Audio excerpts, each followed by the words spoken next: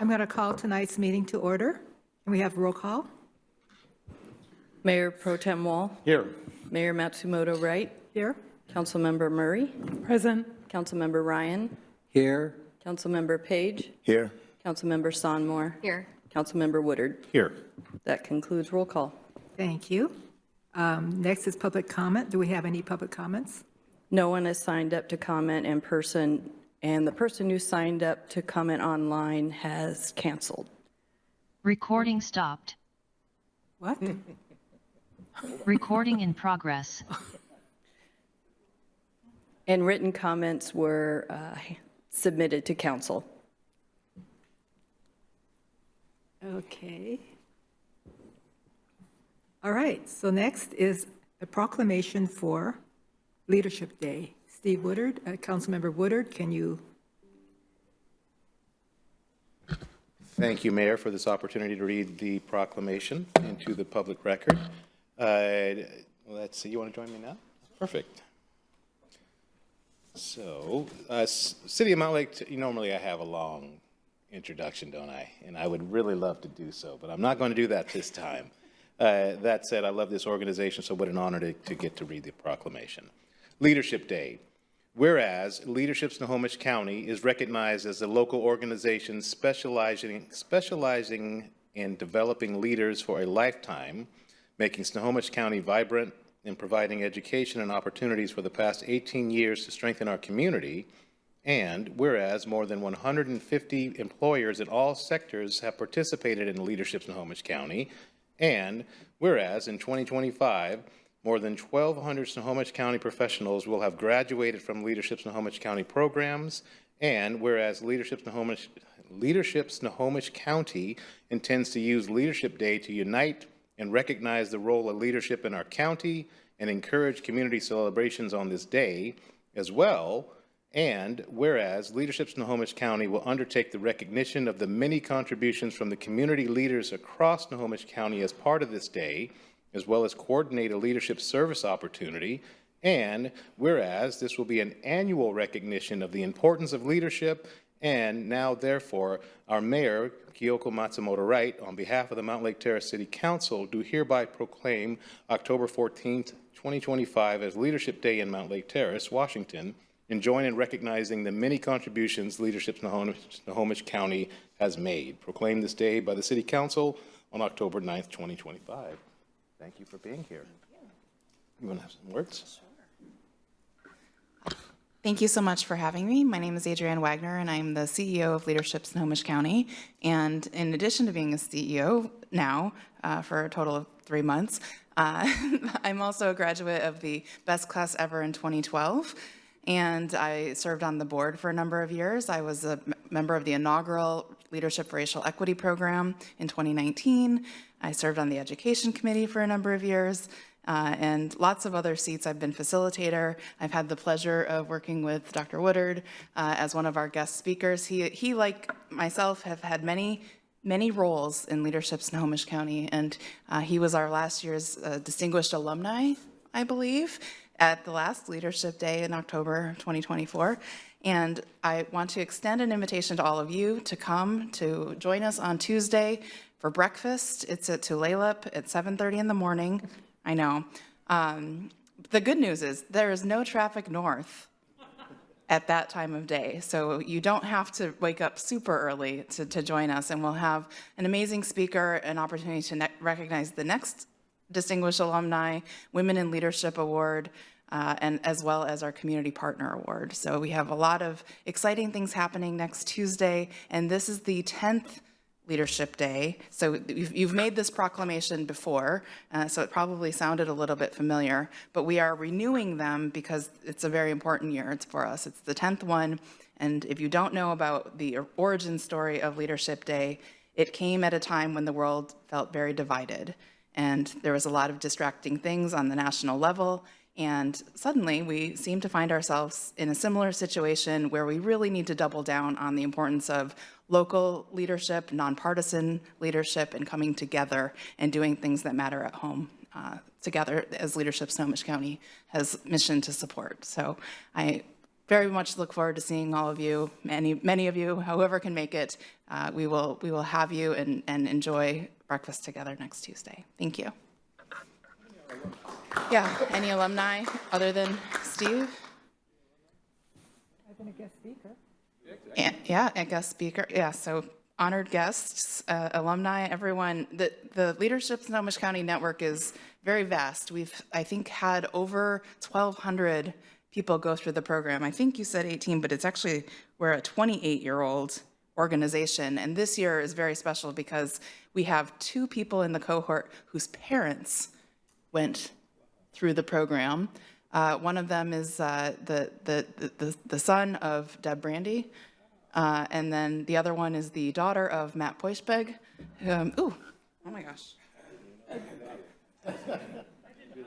I got a raise. Okay, there we go. Leadership, everybody. I broke a coffee pot earlier today, so I think the world is in balance. Everything's good. So this is now we've had 3 kind of multi-generational pairs go through the program, and so we've been around long enough, I can say confidently, to serve both parents and children of parents that have been through the program. So it's a pretty awesome honor to lead this organization, and very excited.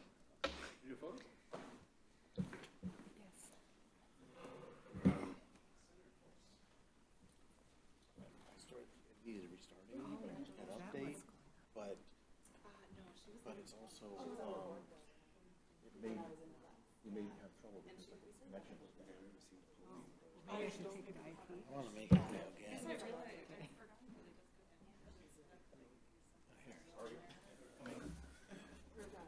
You go ready? Is there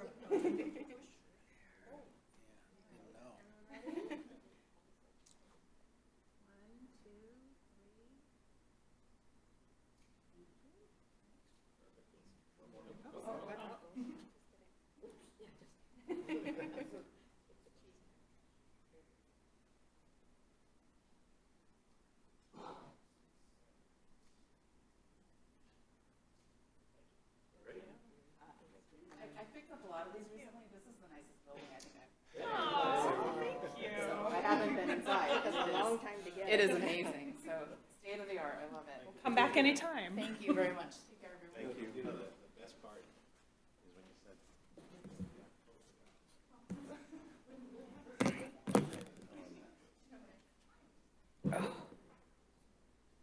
try restarting when you get home when you have better Wi-Fi.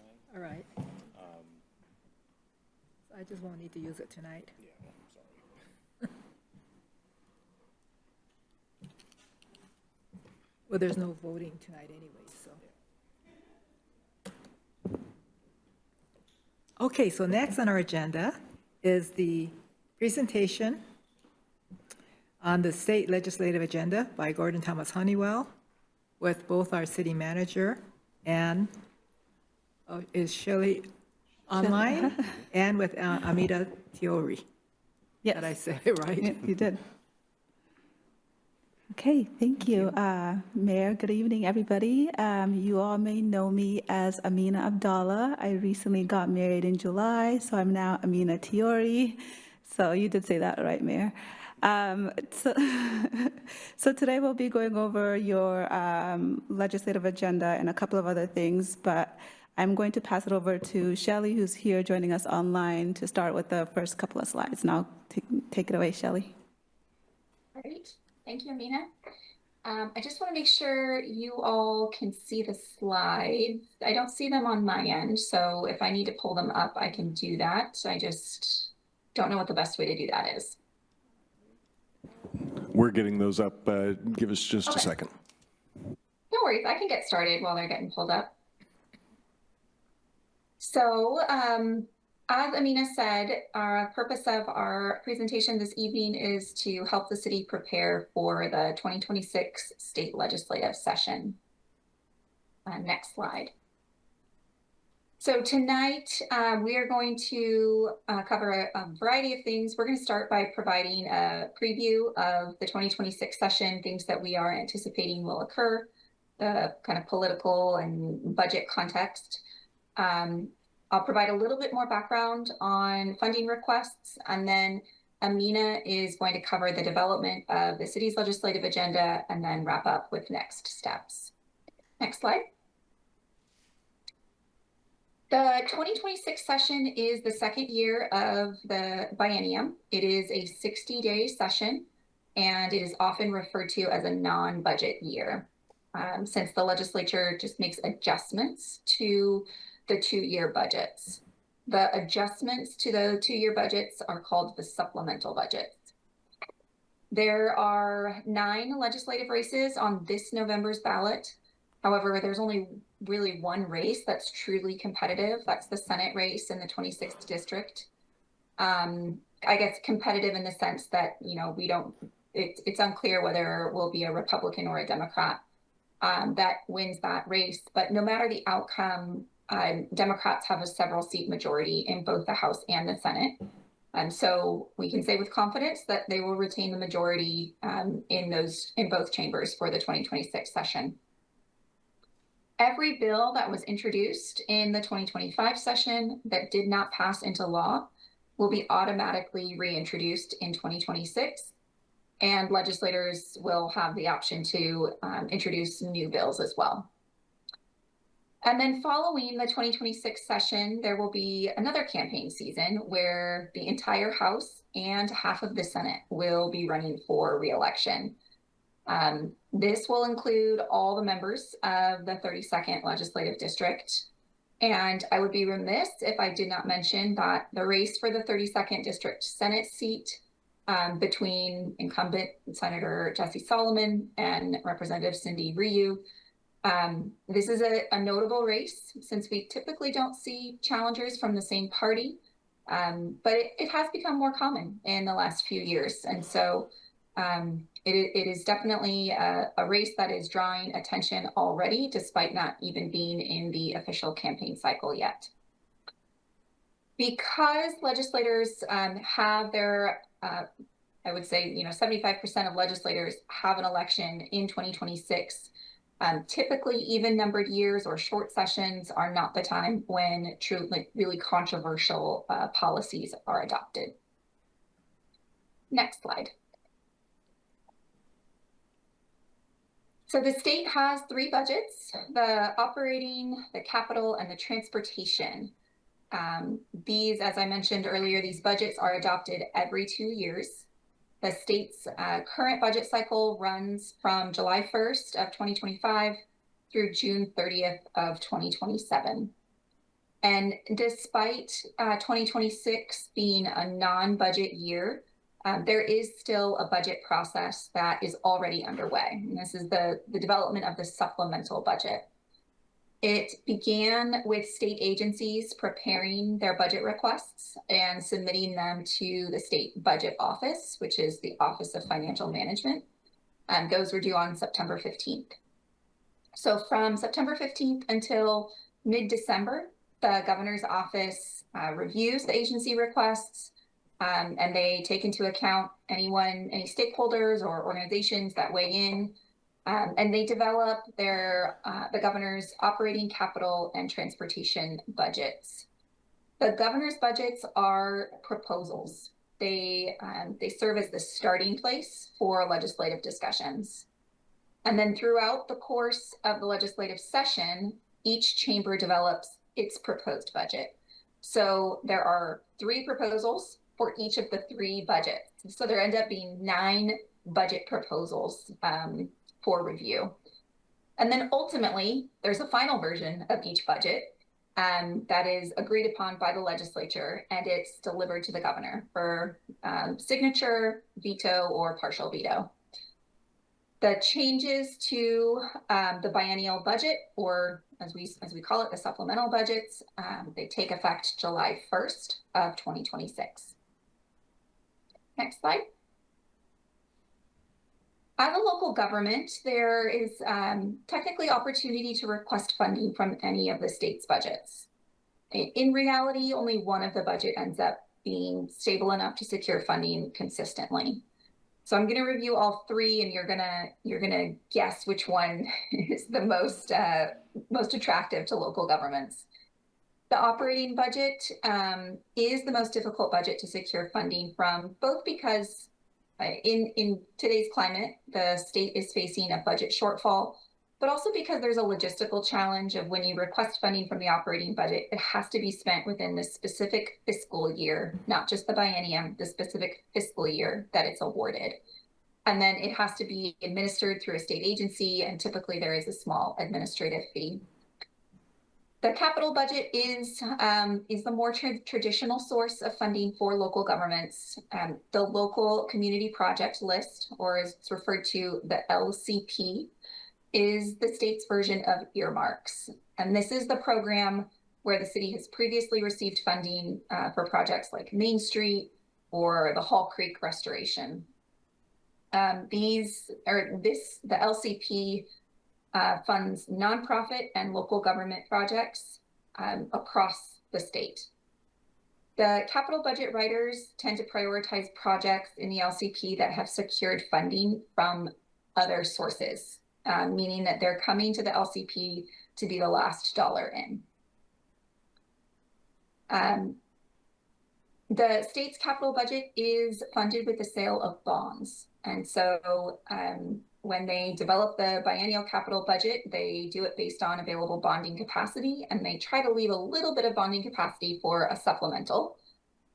For the 2026 supplemental, they left $349 million in bonding capacity. To put that in context, the biennial capital budget is $7 billion. The final budget is the transportation budget, and it funds both the operations and the capital investments and improvements related to the state's transportation system.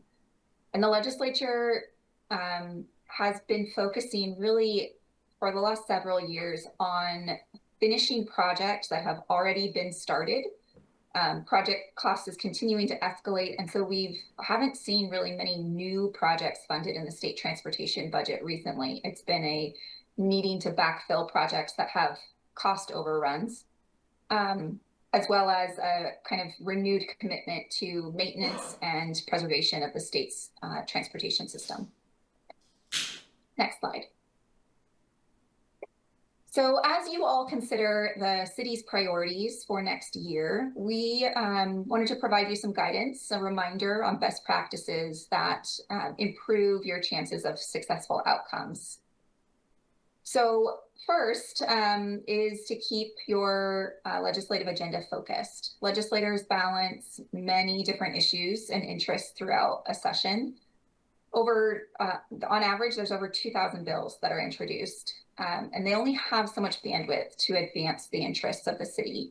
So having a really concise, focused agenda allows them to lean in and work on those issues that matter most and really get those across the finish line. And this is something that I just want to say City of Mountlake Terrace has always done really well. You've been able to identify your top 1 to 2 priorities and have leaned in on that.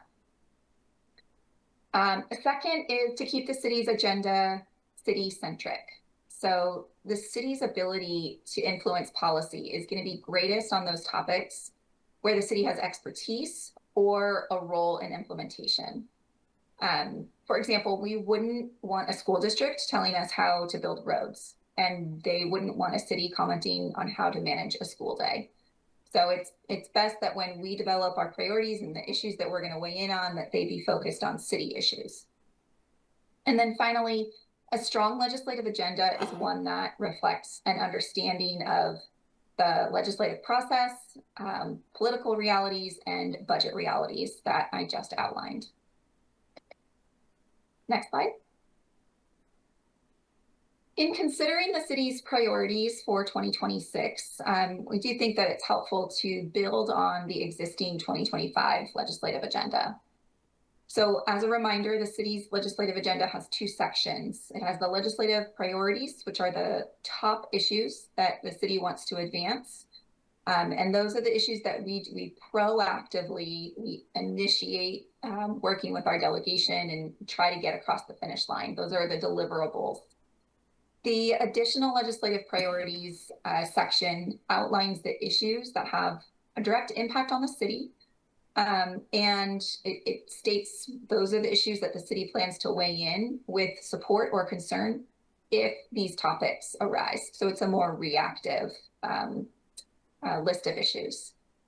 So I'm going to turn it over to Amina now to talk about the city's draft legislative agenda. Thank you, Shelley. So before we go into the 2026 legislative priorities, I want to briefly revisit your 2025 legislative agenda. Since the upcoming session is a short session and a non-budget year, we recommend that the 2026 agenda build on the 2025 work. In the 2025 session, the city advanced 2 priorities. So there was the Mountlake Terrace Library Roof and HVAC replacement and the Main Street Revitalization Project. For the Mountlake Terrace Library, the city requested about $800,000 from the state's capital budget to replace the aging roof and HVAC system at the library. Shelley and I both worked closely with your legislative delegation throughout the session to advocate for these requests, for this request in particular. Ultimately, we secured $500,000 for the project, which was a strong outcome given the highly competitive capital budget environment where many projects were left unfunded. For the Main Street Revitalization Project, the goal for this project was to secure a scope change approval and preserve previously awarded state funds. Although the funding for this project was at risk, through ongoing conversations with budget writers, Shelley and I both were able to secure a scope change, which means the previously awarded funding can be used toward a smaller project area. This allowed the funding to be reappropriated and is still available through the biennium, which ends in June of 2027. It is critical that the city demonstrate progress and draws down those funds this biennium. Beyond the top priorities, Shelley talked a little bit about this, but there is the city's additional legislative priorities, which consists of a range of issues that you all are interested in and we monitor on your behalf during the legislative session. So this is the more reactive list of priorities for the city. The state's, next slide. So diving right into your 2026 legislative agenda. As I mentioned earlier, during the 2025 session, we were able to secure $500,000 out of the $800,000 requested for the Mountlake Terrace Library Roof and HVAC replacement. And as I said, while this was a strong win for a tough budget year, the full amount is still needed to complete this project. And as a result, one of the city's top legislative priorities for the 2026 session is obtaining the remaining $300,000 from the state capital budget. As previously noted, this session will be particularly challenging because it is a supplemental session, meaning legislators are primarily making mid-biennium adjustments to the existing capital budget rather than adopting a new one. And as Shelley mentioned, the average size of the awards in the previous supplemental budget was about $211,000. So a $300,000 request is ambitious, but certainly not unrealistic. The other project listed under the top priorities is the Mickey Corso Community Clubhouse Roof and HVAC replacement, which we are advising to include to lay the groundwork for the 2027 legislative session rather than making it a priority this session, or rather than requesting a funding request this session. So by identifying this as a legislative priority now, it gives us all of 2026 calendar year to educate lawmakers about the need and importance of the updates to the facility. We plan to emphasize the clubhouse's essential role as a warming and cooling and smoke shelter during operating hours and its function as a community hub providing multi-generational and multicultural services for seniors and families. The total cost for this project is about $1.15 million, and the plan is to request $1 million from the capital budget in 2027. And while that's still a significant request, we've identified opportunities to phase the project, allowing for partial funding if necessary, in positioning the city to return for additional support in subsequent year sessions. I also want to note that the Main Street Revitalization Project has been removed from this year's top legislative priorities or the top legislative agenda. We removed this because the city is not seeking any direct funding for this project this session.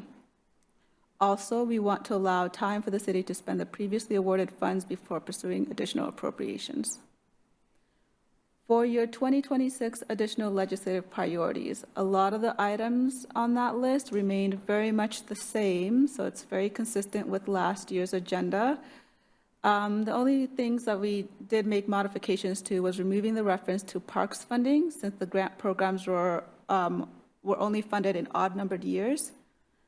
We've also updated the public defense language to reflect recent changes. The reference to potential new caseload standards has been revised as the Washington Supreme Court has now formally adopted the new standards. And we added language urging the state to invest in workforce development initiatives, including incentives and training programs to attract and retain qualified public defenders. Slide. As of September, you may have already heard or know, but AWC has adopted their 2026 legislative priorities. The first priority is one that is of interest to you all, and that includes enhancing indigent defense by increasing state support and funding and increasing the necessary workforce. The second is to improve the housing supply to help cities meet their goals for more housing affordability. Cities need the state to provide the time to implement recent legislation and provide new tools to increase housing investments. The third is increased sustainability for local transportation preservation, maintenance, and operation needs. And the last priority on their agenda is to preserve state shared revenues, which may be on the chopping block as budget writers look for ways to balance the state's budget with less than anticipated revenue.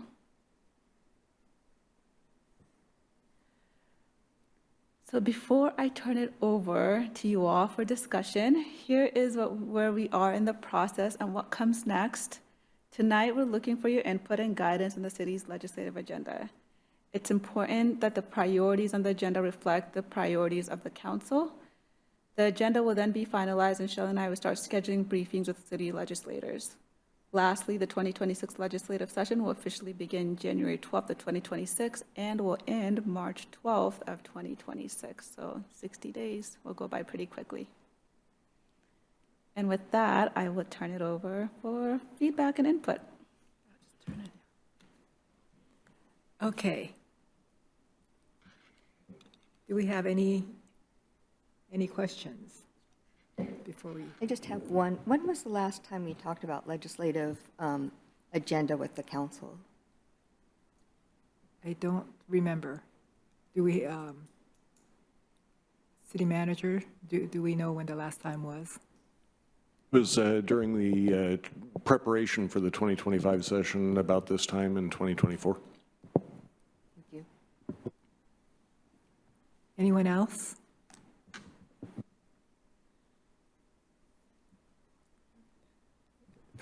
Who was up first? Mayor Protem. Thank you, Madam Mayor. Yeah, I agree with the recommendations. The only suggestion I have or question I have, I guess, is Mickey Corso Clubhouse goes by several names. I'm wondering if we want to call it the Mountlake Terrace Community or Senior Center as we're presenting it to legislators. I think that would be maybe more saleable. Yeah. We can certainly change the name to the Mountlake Terrace Senior Center. Absolutely. Yeah. Otherwise, I think it's a great document for us to be able to work with our legislators on. Thank you. Yeah. Mm-hmm. Councilmember Murray. Thank you, Mayor. I thought maybe the Mayor Pro Tem would just cover the thing so I wouldn't actually have to. I would agree. I think overall I appreciate the agenda, and it, again, I think is consistent and builds upon the conversations we've been having.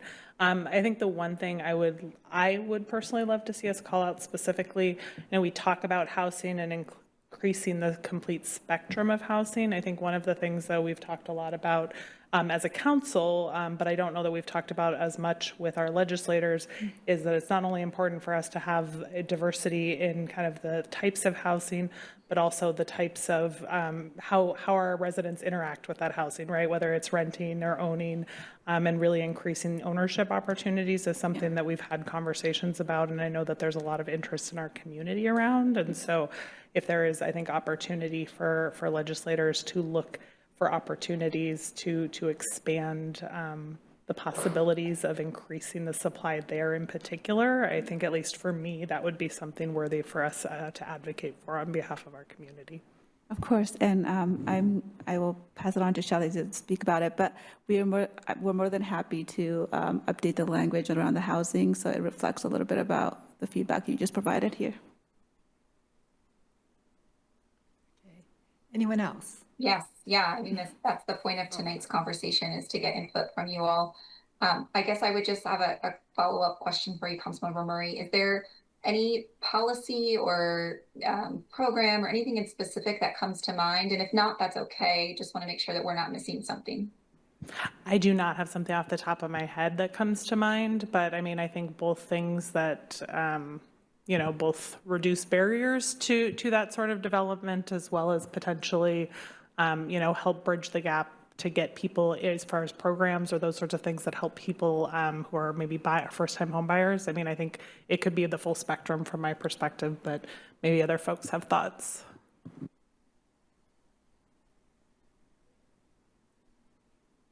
Are you talking about home ownership or home rentals?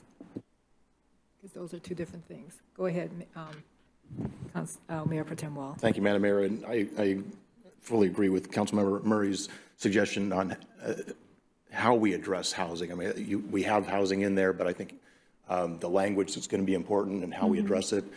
Just FYI, Snohomish County tomorrow is re-bringing up the HART report. Remember the Housing Affordability Regional Taskforce report that had a number of great recommendations, some of which have been fulfilled, others we still need a lot of work on. So we're going to be that'll be a recommendation from our task force to the full steering committee that should be adopted early next year, and among other recommendations on things that the Snohomish County tomorrow will be pursuing.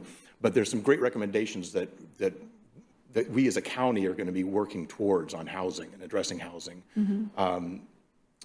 Another note is one of the things that we are in very short supply of is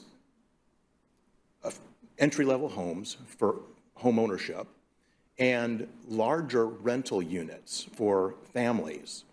So for the rental supply, we're seeing a lot of units being built around the area, but it's mostly for 1 and 2 bedrooms, and there's a need for 3 bedrooms. So that, because that's a need here in Snohomish County and probably throughout the region, that should be at least addressed and recognized throughout the state as they're having the conversation, carrying on the conversation about housing and how to address housing needs. So that's just a couple of ideas for us to be able to work in some language as we fine-tune that section. And I appreciate the feedback and the dialogue that we're having here today. We will certainly take a look at the housing section and see if we can make it more reflective to some of the feedback y'all provided. Thank you. Councilmember Sommer? Well, just my 2 cents on housing. I was reading about that new housing development in Edmonds, and since we're going to be looking at a lot of building houses that people can afford, or we have subsidized rent, if I had my wish, I'd like to see how the state is spending all that money on housing. Where is it going? How are they keeping people safe? How are they getting the paperwork through and having consequences when people break the rules and they threaten other people and they harm other people, and just all about safety. But going back to the 2026 legislative agenda, I wrote down, because I liked what you said, it's ambitious but not unrealistic. How unrealistic would it be to get the $300,000 and any potential funding for the clubhouse? Is there any potential at all? Wait, you said the 300,000 for the clubhouse or Oh, for for the the library? and As I mentioned a little earlier, right now we're looking at project costs to be an average of $211,000. So it is a little above what the average is, but we're certainly going to be trying to get the full $300,000 so you guys are able to complete this project.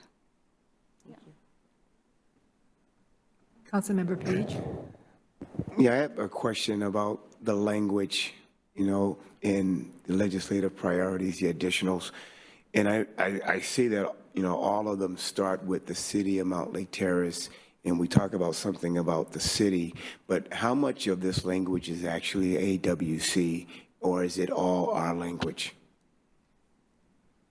The additional legislative priorities? Yeah, when the various ones here, like Councilmember Murray talked about being a little bit more specific in housing, for instance, so that's not our language, right? Is that AWC's language that we are supporting, or is it?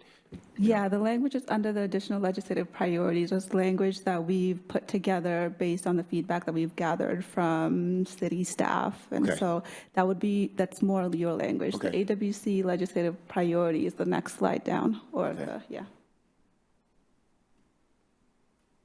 Yeah, and I would just add that if there's a desire to have those statements being more reflective of Mountlake Terrace, this is the city's legislative agenda. So that's what we're trying to achieve. So if you want those statements to be more tailored, all we have to do is tell us how you would like them structured to more accurately reflect the city. Thank you, Shelley. And, today doesn't have to be like the last time we have this conversation. You guys are more than welcome to email Jeff, and he can provide us that feedback, and we can continue working on the legislative agenda for you all. So I'm sorry, go ahead. Councilmember Woodard. Thank you, Mayor. I wasn't sure we were winding down. I don't have any questions, just comments. The first one is nice to meet you. I don't think that we've been in the same room together, so it's nice to meet you, and always good to see you, Shelley. So really what I was going to do is just kind of a practical next steps. In the past, we have come down as a council. I don't know if that's been useful in the second half of the biennium, so just kind of putting that out there if there's folks that make sense for us to meet. Because I want to remind us that we thought it was I don't want to say silly, but we weren't exactly a gung-ho when we put the library on there in the first part of the year. So to come home with 500,000 is amazing. It'd be nice to remind the legislators that, hey, you can close this out in the same biennium as our approach. And if that's a message that we can deliver, I would imagine most of us would be able to figure out how to get down there. It's not always easy during the week, but we'll figure it out. So just kind of putting that in play. But really, it's also just to wish you both a great session. You've done us well and have no reason to think that won't be the case. So nice to meet you, but thank you. Yeah, thank you. And we really appreciated you guys all coming down during during your city day. So you're always welcome back in Olympia. Yeah, you can go ahead. Yeah, and I would just add to that, because it is a short session, the time window for when advocacy is really most impactful is a lot shorter. So I would aim for a visit to Olympia sometime in January, because the session starts January 12th. That really gives us like 2.5 weeks. Maybe 3 weeks. I don't know. I don't have a calendar right in front of me, but I think Amina and I can work with Jeff and whomever else at the city to identify a date that works best for the majority of council. Because we really do see a difference from in terms of outcomes when city council members show up in Olympia.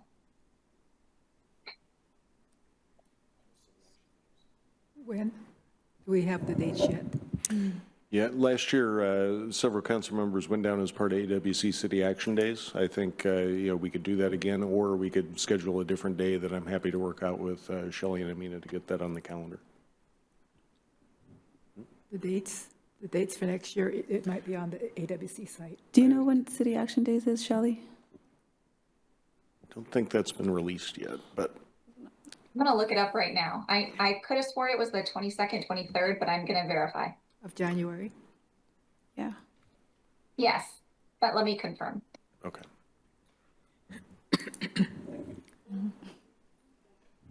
One question. Go ahead. how are these legislative agenda priorities that we've lifted here, how are they related to certain bills that are going to come up next year? And how would Mountlake Terrace, I'd like to see how Mountlake Terrace could benefit from these, because they're all statements, but I'd just like to know what the possibilities of what it means by us having legislative priorities. I know it means that we're supporting other things, and you can go in and tell people what we support and stuff, but I'd like to know, like behavioral health, what kind of bills are out there that could possibly support Mountlake Terrace for, funding of a social worker, or facility and maintenance of anything coming up in the future for our facilities, or infrastructure, or insurance costs. Is there anything out there that's going to say, okay, we're going to reduce costs, Mountlake Terrace, and you can have your priority in housing, and how does that affect Mountlake Terrace? Because it's a big, huge request. So I'm wondering, in Mountlake Terrace, are we going to look to add emergency shelters and our housing supply, and understand if there's a housing supply or if it's a cost issue, or, there's so many different things. And public defense, is there going to be a bill out there that, or you're going to tell our legislators, hey, we're going to reduce public defense, and here's how we're going to do it, and this is how the city's going to save money? Yeah, so I'm going to try to answer the first part of your question, and then see if maybe Shelley can help with the second part of your question. For the first part, in terms of how this works for the city of Mountlake Terrace, we review, Shelley and I take the time to review every single bill that comes to the legislative session, review them and see what kind of impact they may have to the city. So the additional legislative priorities, it kind of lets us know what your interests are. And so when we see things that impact you all, that relates to your interests, we then send it over to city staff, Jeff, to kind of review them. And then you all can decide whether or not you want to weigh in, or sign in pro or sign in con. So that's what that section is for. It's more for the reactive piece, or if there are bills that come up during the legislative session that align with some of these things, that these statements that you've made, we're flagging those for you, and we're letting you know right away. And I'll see if Shelley can answer that second half of that question. Yeah, no, I that was excellent. I mean, I think the only thing that I would add to it, Councilmember Sonmore, is a lot of these, the funding related issues are not so much addressed through bills that are introduced, but more so through budget development. And because it is a supplemental budget year, it's not likely we're going to see significant new investments from the state's, any of the state's budgets. The insurance costs topic here is one that I will just hone in on a little bit more, because insurance costs are going up not just for cities, but for really every public agency, and the state especially. One of the cost drivers for that is really large settlements from claims. And there's conversations happening. I have not heard of anyone that wants to take lead on a bill, but conversations about capping the payouts for various types of tort claims. It is a very controversial topic. And so I think that's why we don't see anyone saying, "Ooh, me, I want to take it." But that's one of the ideas being tossed around about how to limit the rising costs of insurance for public agencies. For housing, there's always a variety of bills that are introduced. As Amina mentioned, the goal of these statements is to help us understand what issues does Mountlake Terrace care about, and so we flag those, and then it gives us it allows us to be engaged in the issues that you care about, because there are countless other issues out there. This helps us be more focused on the things that matter to you. And Shelley, that's why I brought it up too. I'm a longtime supporter of your organization when Brianna started here. And so that's also what I'm looking at is what do you see that we may be missing on our list? We don't see everything. You guys see all of this. You talk to everybody in Olympia. next time you give a report out, maybe you can give us suggestions on maybe what to add or something that we don't know what we don't know. Other things that are coming down the pike, because it's always fascinating how you've educated us over the years on different things that are happening. Yeah, definitely. One thing that that we have developed, and it's still a emerging document, but it has a list of emerging policy issues for 2026. It's a list of issues that was introduced in 25 that we know are going to come back in 26, as well as new ideas from that have been bubbling up in conversations over the last few months.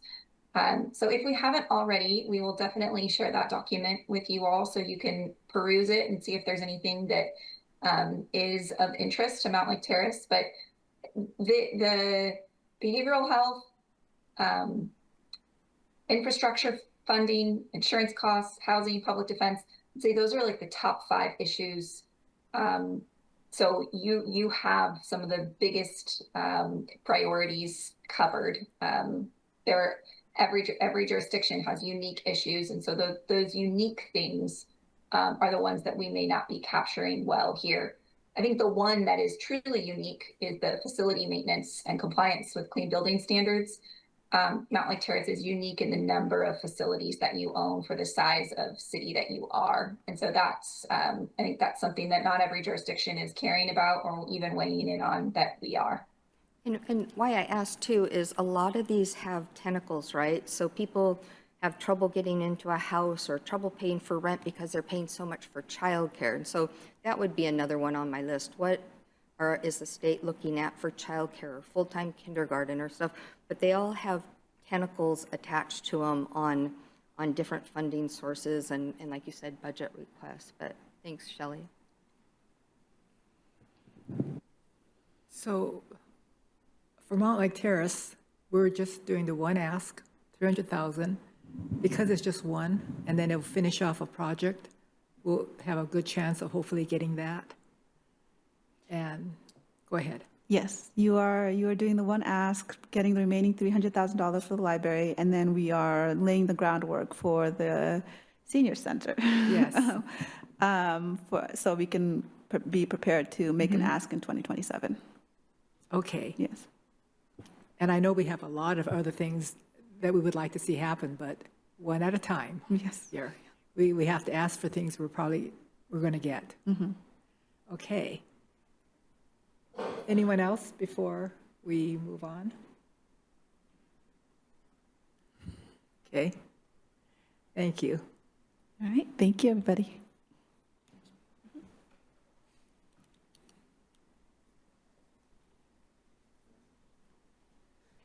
Okay, so next, does anyone need a break yet? Okay, well, because we just have one more, right?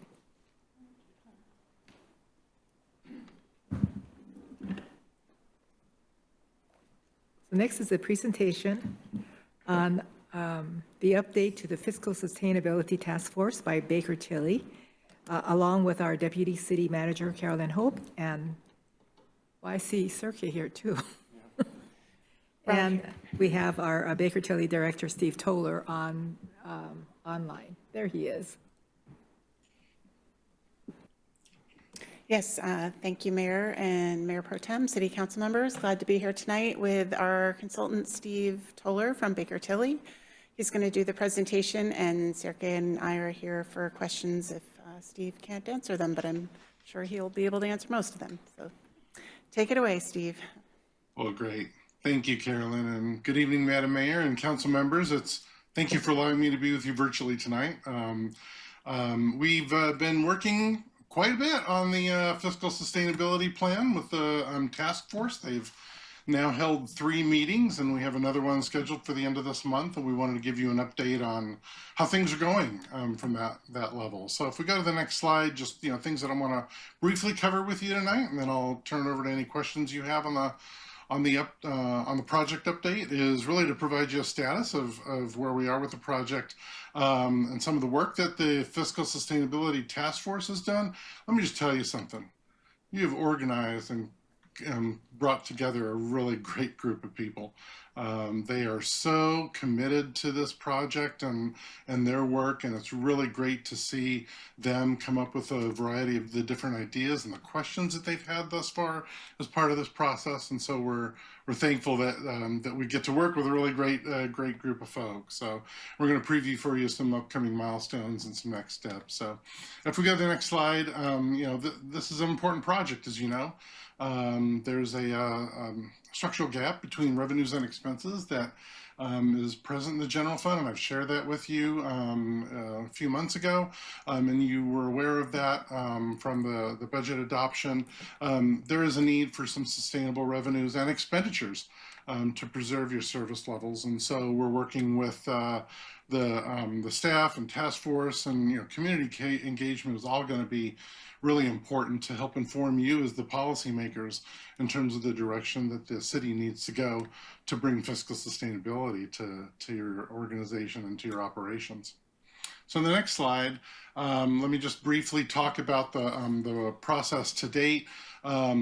We pulled together the task force in July. It was the night before I was last with you, actually, at that last week of July or so, where we did a launch meeting with them and got them to meet one another, and a little orientation, and gave them a background, and the city staff gave them a background on kind of an overview of city finances as well as city services to help really orient them in terms of, what are the things that the city does versus the things that the city does not do. And that was, I think, a good baseline to lead to some of the next meetings that we had with them. We then convened them in August, where we did a little Municipal Finance 101. The concept, and we made it clear with them, was to not make them the municipal finance experts like Sergey has, right in front of you there, but instead was to really kind of give them an overview, enough of an understanding of how local government is funded, how the city of Mountlake Terrace is funded, what are some of the cost drivers that need to be considered, and the concept of revenues, and what are some municipal revenues, because a lot of them don't necessarily come from that perspective, and so they don't understand sometimes some of the differences and the nuances of different revenues upon which you rely.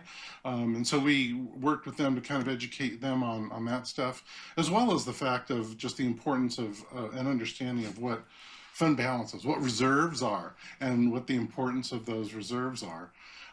As we led then into the September meeting with them, we provided them an overview of what the financial forecast looks like. We gave them an overview of what fiscal sustainability planning is, firstly, and then walked through some comparative data that ultimately led to us presenting to them at the end of the meeting the fiscal sustainability planning report that we prepared for their review, consideration as they come up with the various strategies, perhaps to recommend to you and Jeff and his team in terms of adoption that would bring fiscal sustainability to the city. So if we go to the next slide, one of the things I wanted to do was update you on the long-range financial forecast. And I want to bring up this next slide as a reminder of something I said to you back in July, is that, what makes a financial forecast powerful is the ability to tell the story and using accurate baseline data and realistic assumptions. But with that last caveat there, that last line, the numbers never sleep. The numbers change and circumstances change. And so before I get into some of those issues, I want to pause, bring Jeff into the chat, have him discuss here a little update from his perspective on some things that have occurred over the last 3 months to help set the tone in terms of what some of the changes were to the forecast. So let me turn it over to Jeff briefly.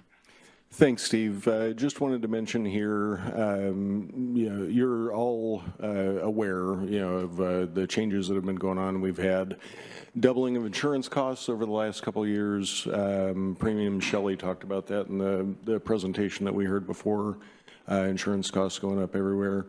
We have increases in construction costs year over year. In a presentation you heard last week, construction costs rose 5.9%. So that is something that we're dealing with as well, and I think cities across the state are dealing with. We have a loss of revenue that we'll talk about here in a little bit, the gambling taxes being reduced, tax revenue being reduced. And it's also important to remember that we have our financial forecast the last time we were in front of you, not through this process, but the last time we did it as part of the budget. The reserves were projected to be at about 20%, a little bit over. That's changed because now we have accurate numbers. As you all know, we had challenges closing our financial situation from 2020, 2021. We're all caught up. We've got all that stuff submitted now. So now we have accurate numbers that we can actually rely on. And I really thank Sergey, Steve, and his team for producing that work, but it does paint a bit of a sobering picture and something we have to deal with. We do have room. We're not in the spot that some of our neighbors are in, but we do need to address the issue. So with that, I'll turn it back over to Steve and go through the rest of the presentation. Great, thanks for that, Jeff. Hold on. As Jeff mentioned, one of the changes. Hold on, Steve, just a second. In the forecast is to reset the reserves based on the year-end close, and so we've done that. It did reduce the reserves down by about 3.2 million. So again, as Jeff said, you still have runway. It's just not as much runway as we thought there was going to be, and so we revised the beginning reserves assumptions. The second area is in the area of gambling tax, and as you're aware, one of the operators, the primary operator in your town, that's owned by Maverick Holdings, I believe is the technical name of that organization. They operate under 4 different licenses within the city that provides taxes for it. I know that one of those, Dragon Tiger, right, has closed most recently. They have entered into Chapter 11 proceedings. In an abundance of caution, there is concern about whether or not they will continue as a going concern. It's encouraging to hear that they're reorganizing, but I think that from the city's revenue perspective, we looked at what the revenues were they were provided based on 2024 actuals and what they have paid thus far in 2025, and so we've had to make some adjustments with respect to the ongoing revenues that are expected there. And so if we assume that their Chapter 11 proceedings could possibly render those, because the rest of the casinos closed, the impact would be about $1 million. We know that staff, Sergey and her team, are working with the owner to enforce collection of gambling tax revenues that remain in operations pending the outcome of their Chapter 11 proceedings.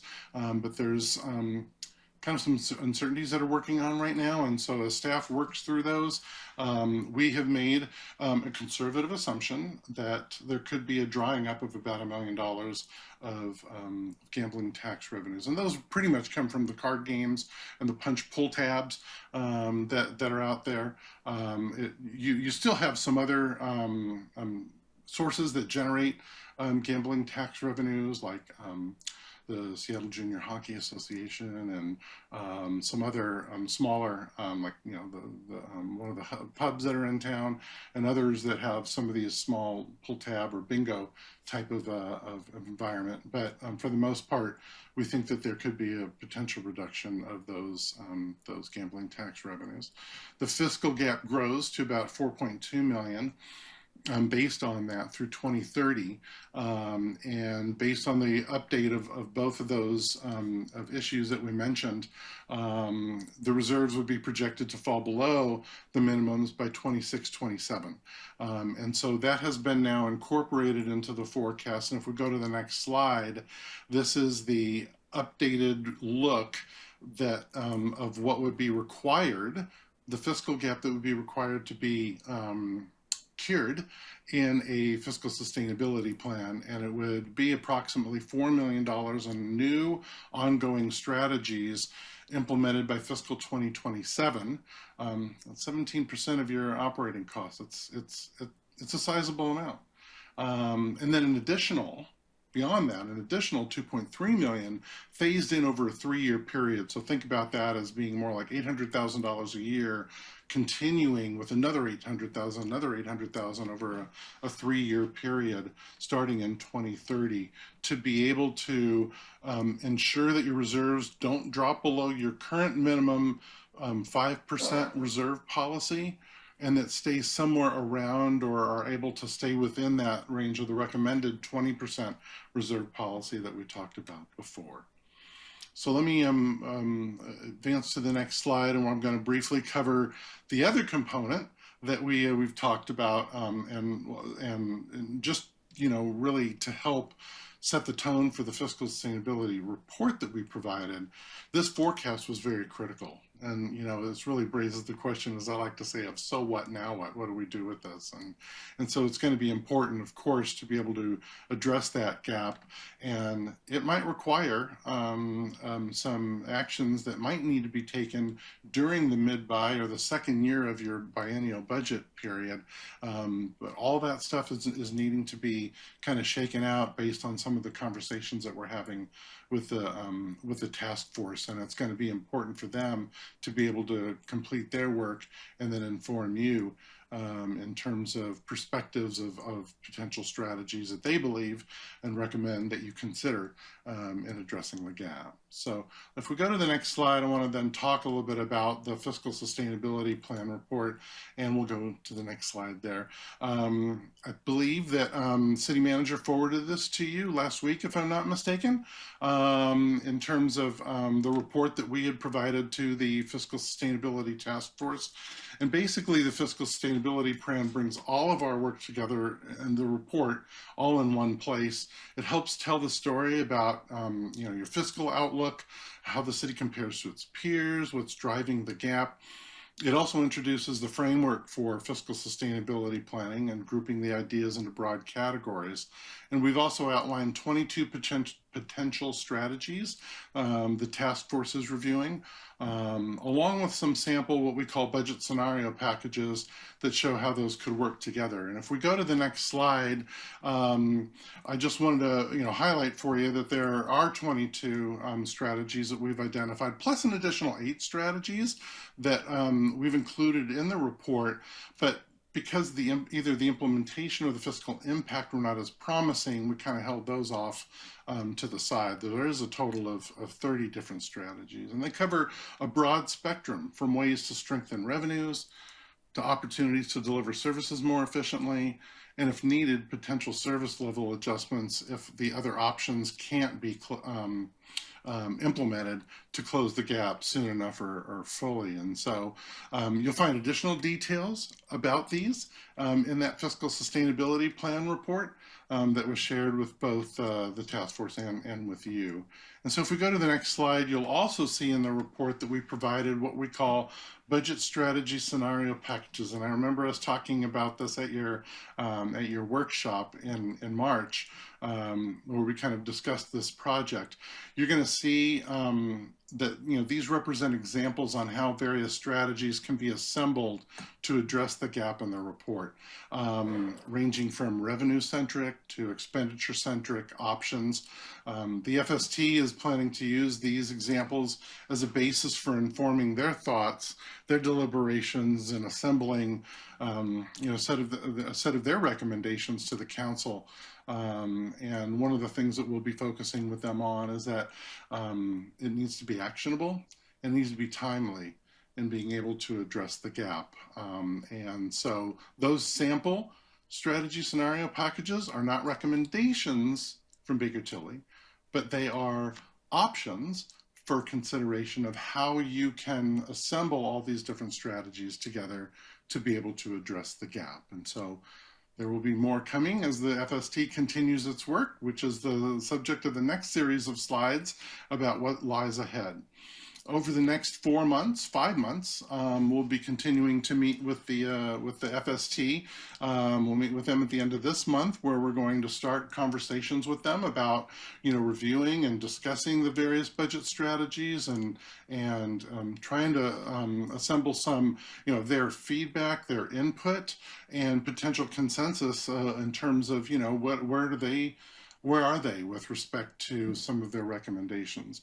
In November and December, there's going to be a slight pause where there are two community engagement, in-person community engagement that will take place on November 17th and December 2nd. As well as the staff is going to be providing some availability for some online feedback from the community as a whole to help inform the FST and you in terms of what is the community saying about fiscal sustainability. And that will lead to a December meeting where the FST is going to review that input that they get and refine some of their strategy recommendations and then finalize those in the January-February timeframe that will ultimately come before the council. One of the roles that I suggest that you think about here in this is, didn't expect you would review it before tonight. Please, I know it's a huge report. You have a lot of other things going on, but over the next few months or so, it's going to be important for you to review the report just so that you kind of get into the same mindset in terms of what the FST is looking at. You'll be receiving, the council will be receiving the task force recommendations early next year.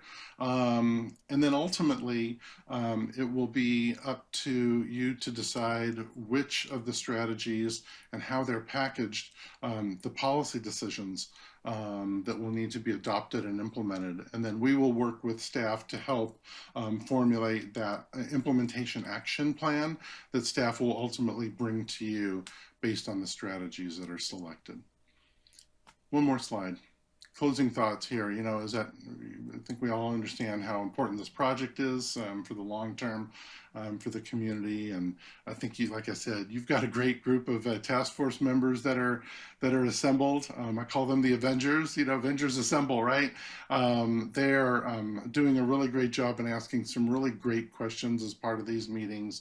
I have full faith that they are going to come together and make some informed recommendations to you for your consideration, and in working with Jeff and his team to ultimately come up with an action plan to be able to bring fiscal sustainability to you. So with that, I will close and see if you have any questions.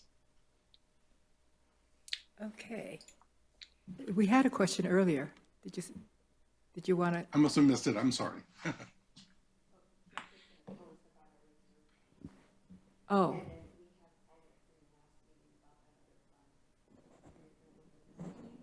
Money that we had into that. The Strategic Reserve Fund, which is the one you asked about, has a balance of $934,000. That's it? That's it. Oh. That's 5%. 34. So as far as the reserves are concerned, they have been adjusted a little bit, and that based on the accurate information that we now have, because we have our financial books closed. The chart that Steve showed in the presentation shows where the reserve line is by year up through, I think, 2035, if I'm not mistaken. So that's part of the presentation. Okay, do we have any other questions? I know that Mayor Pro Tem here is waiting, but anyone else have any questions before we get to him? Before we get to Mayor Pro Tem. All right, Mayor Pro Tem, it's yours now. Thank you, Madam Mayor, and thank you for the report and all the work that all of you have put in.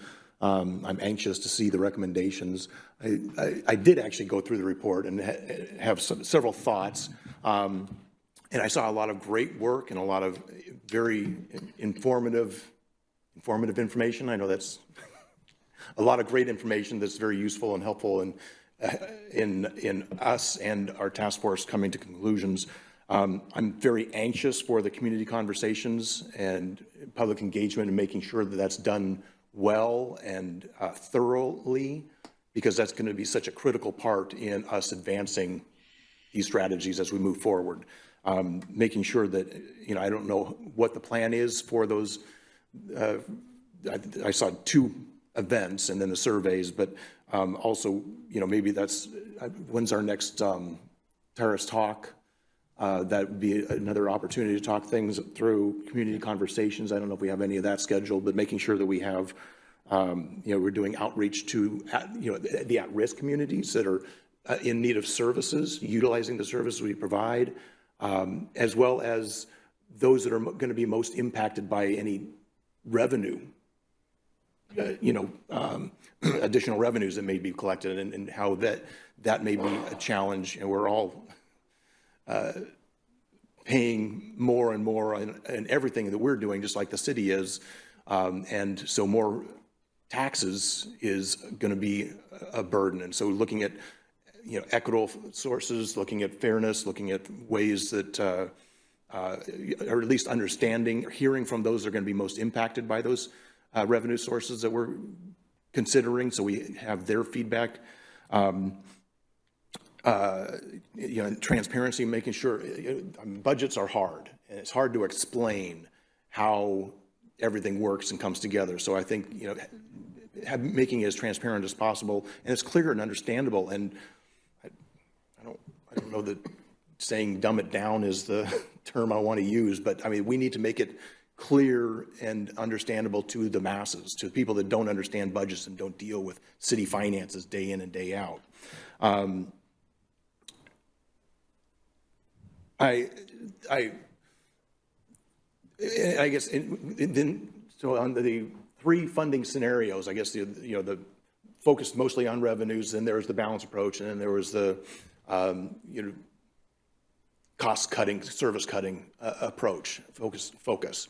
And what was interesting to me, and I'm assuming that the task force will delve into this more thoroughly, but there were some strategies in one area that weren't necessarily included in the balanced approach that may make sense to have. So, there might be a strategy in the cost-cutting approach that could be considered in the balanced approach. So I'm assuming that the three scenarios all got to the same place number-wise, and so that's why those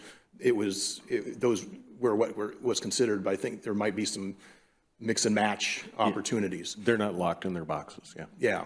Good.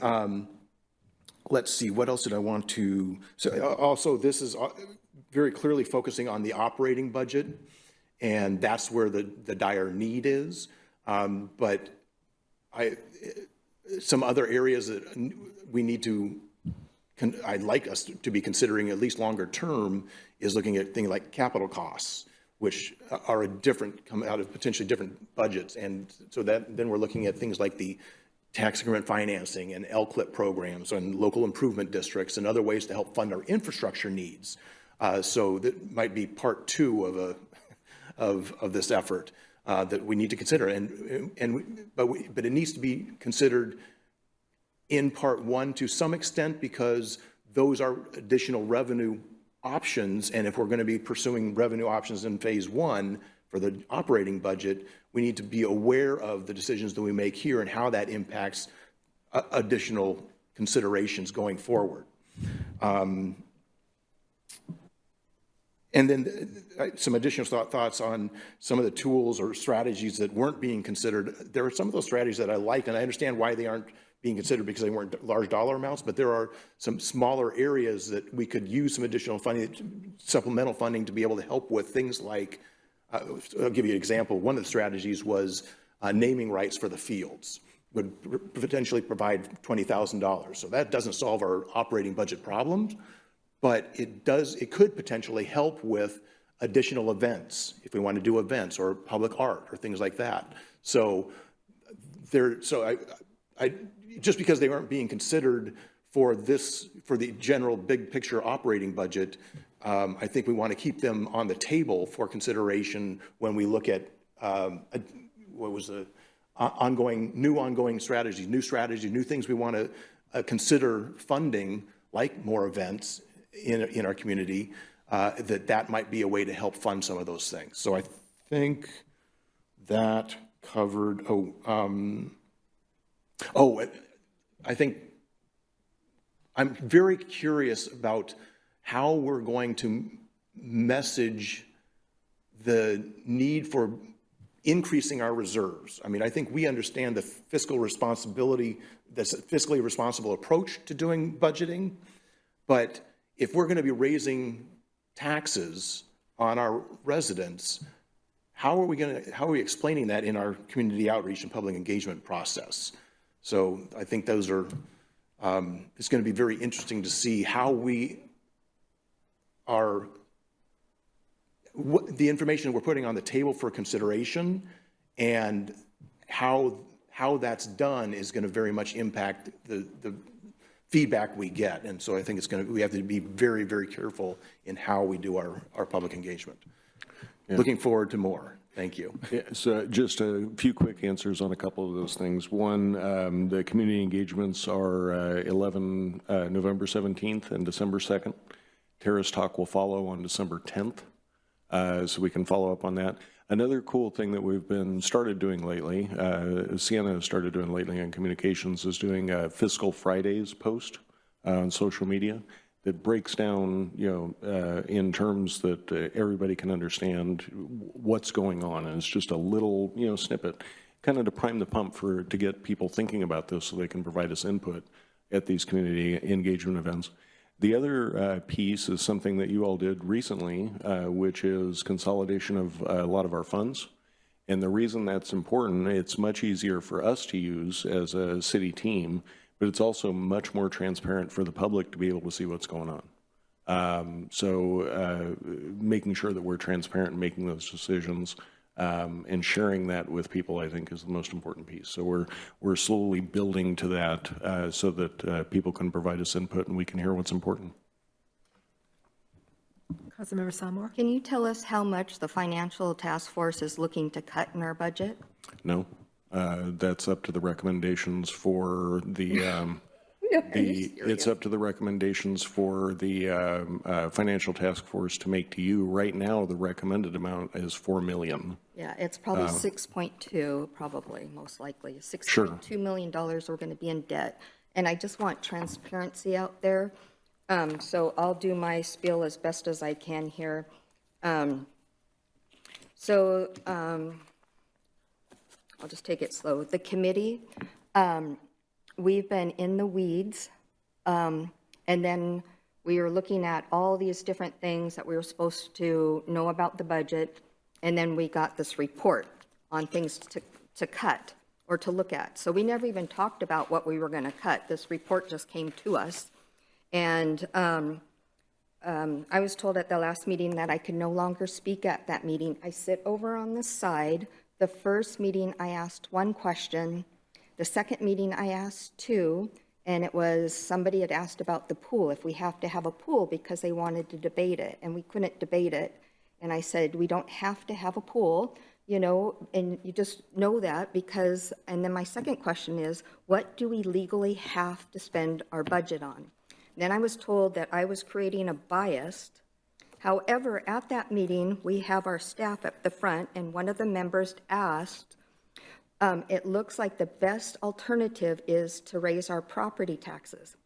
We had people shaking their heads on our staff, and I think that is a bias. To me, I do not want to raise property taxes because a lot of this is huge, huge impacts to our residents. These are, you can see all the red lines I have in them. Some don't even affect the general fund. And we have talked about the bank capacity. If we want to talk about that bank capacity, I'd really like to talk about it because now I finally understand what it means with the RFA. The citizens would be taxed more and they're getting nothing. It's just to balance our budget. The general fund, I mean, it's bad. It's not good. And I said this months ago. I didn't vote for the budget before. I didn't vote for it before. The stop spending has to stop now, and I mean it. It has to stop now. We have to focus on the basics. 10% cut across general services, and I've heard from certain staff that you guys have been looking at that, but it's not going anywhere. I'm not sure. This is not difficult to do. This falls on our city staff to start it now. If we don't do it now, our reserves, I think I heard at our last meeting, will last for 3 weeks. And we're supposed to have like a couple millions in there. And when I heard 934,000, and we haven't been following our financial policy, we're suggesting huge, huge tax increases to our neighbors. So how are you going to explain that? You asked that question. I don't know.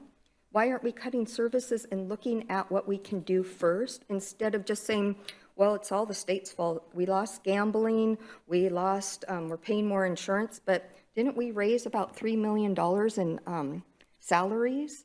And we've been spending money like crazy. That's why I stopped signing those reports. There are millions of dollars that we're spending every 2 weeks that we're supposed to sign off on. The charts are in here. I'd like to see these charts redone. They need to be comparable. We have 281 cities and towns, and they need to be comparable. We're being compared to like Marysville. It's real easy to do. You just take the 281, you look at the population, you can either go a couple higher or a couple lower, but you don't go to like 84,000 people. We have a chart in there that does not explain on page 13, the operating revenues versus the operating expenditures. That's a real simple one. I feel like we're getting buried in detail.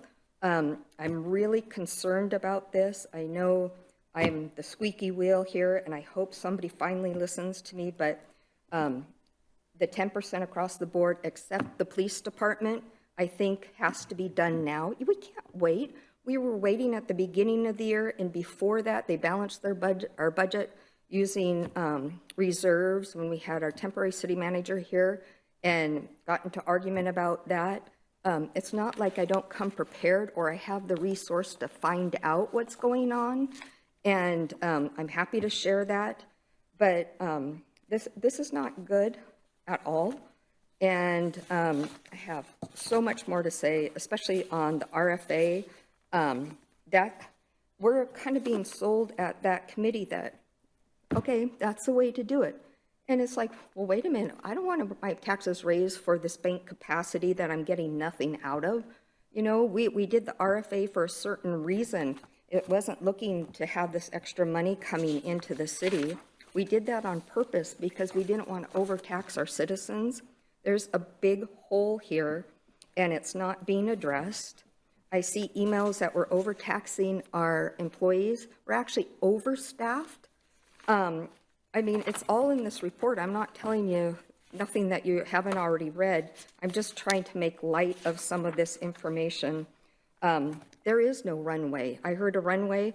I know our consultant is between a rock and a hard spot. I get where he's at right now. I get what he's trying to do. I get how he has to stay neutral on certain things because he's trying to appease our staff and he's trying to explain it to us, but not that the city council gets into too much detail because maybe we'll ask too many questions. I know the gambling tax and insurance is a big thing, but we still have to balance our budget, and we still owe it to our citizens to stop this bleeding now. We can't keep on waiting. We're waiting and waiting and waiting as the money keeps on going out, and there's just so much I'd like to tell you about. Immediately, we have to do a freeze in hiring.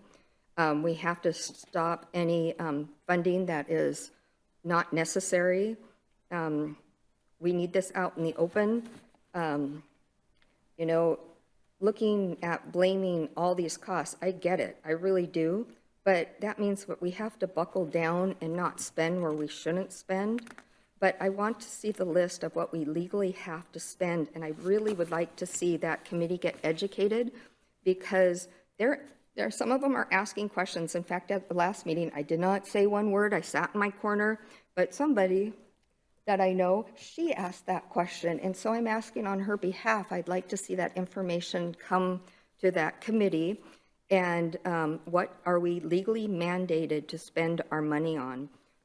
Some of these are 2 positions, or was it 3 positions in the police force that we're looking at possibly cutting, which is a little ridiculous since we're understaffed there.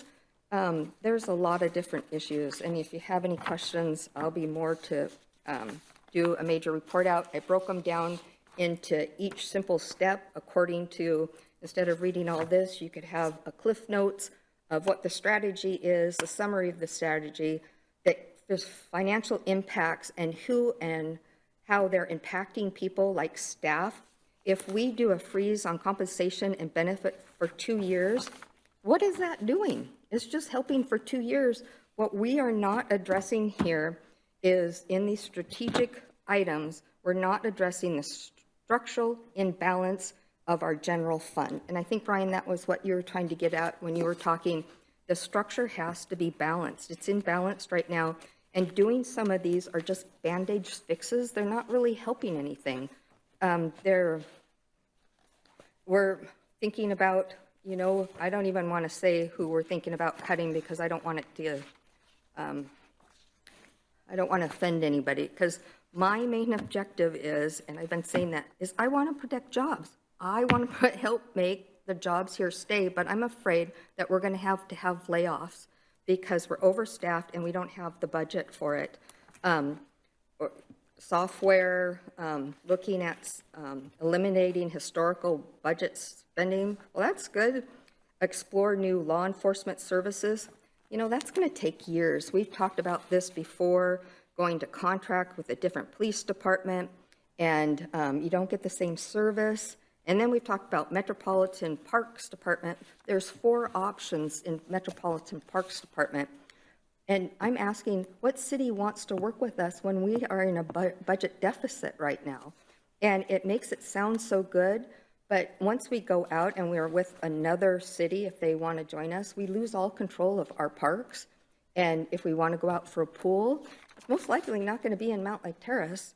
And so there's a lot of things for education, because I think some committee members that think that the Metropolitan Park is going to solve all problems, and then somebody else thinks raising taxes is going to solve all problems.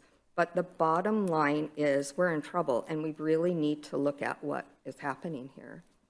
I'll stop there. Mayor Pro Tem Wall. Thank you, Madam Mayor. That reminds me, thank you, Councilmember Sonmore. Reminds me, one of the things that questions I missed asking was, and I agree, I mean, I think we do need to take a serious look at cost containment and finding efficiencies. I was curious about, how does priority-based budgeting play into the process that we're looking at and making sure that we're kind of ranking our priorities? One of the challenges I think we have is, what was it, like 80% of our budget is staff. So when we talk about protecting staff, you know, the majority of our operating budget is paying for staff. So we really need to look at programs, and which programs do we want to, so when we talk about trying to find efficiencies and be in cost containment, we need to look at overall programs that are priorities that we want to continue providing in our community, and ranking those and recognizing that maybe there's some programs that as much as we like them, or maybe our personal favorites, maybe it doesn't meet that threshold. So anyway, I'm just curious about priority-based budgeting, how that our task force is playing into that field. Well, there will be a priority process in our next meeting. So right now, the task force is looking at the plan, all the budget strategies they learned about last meeting. They were sent today an Excel spreadsheet. That's a tool where they can plug in the different parameters, the different strategies, and see how it affects the budget, so they can actually see the difference. And then we'll be sending them next week actually a priority list. So they'll be able to rank the budget strategies by priority and add their own ideas if they have any of their own ideas.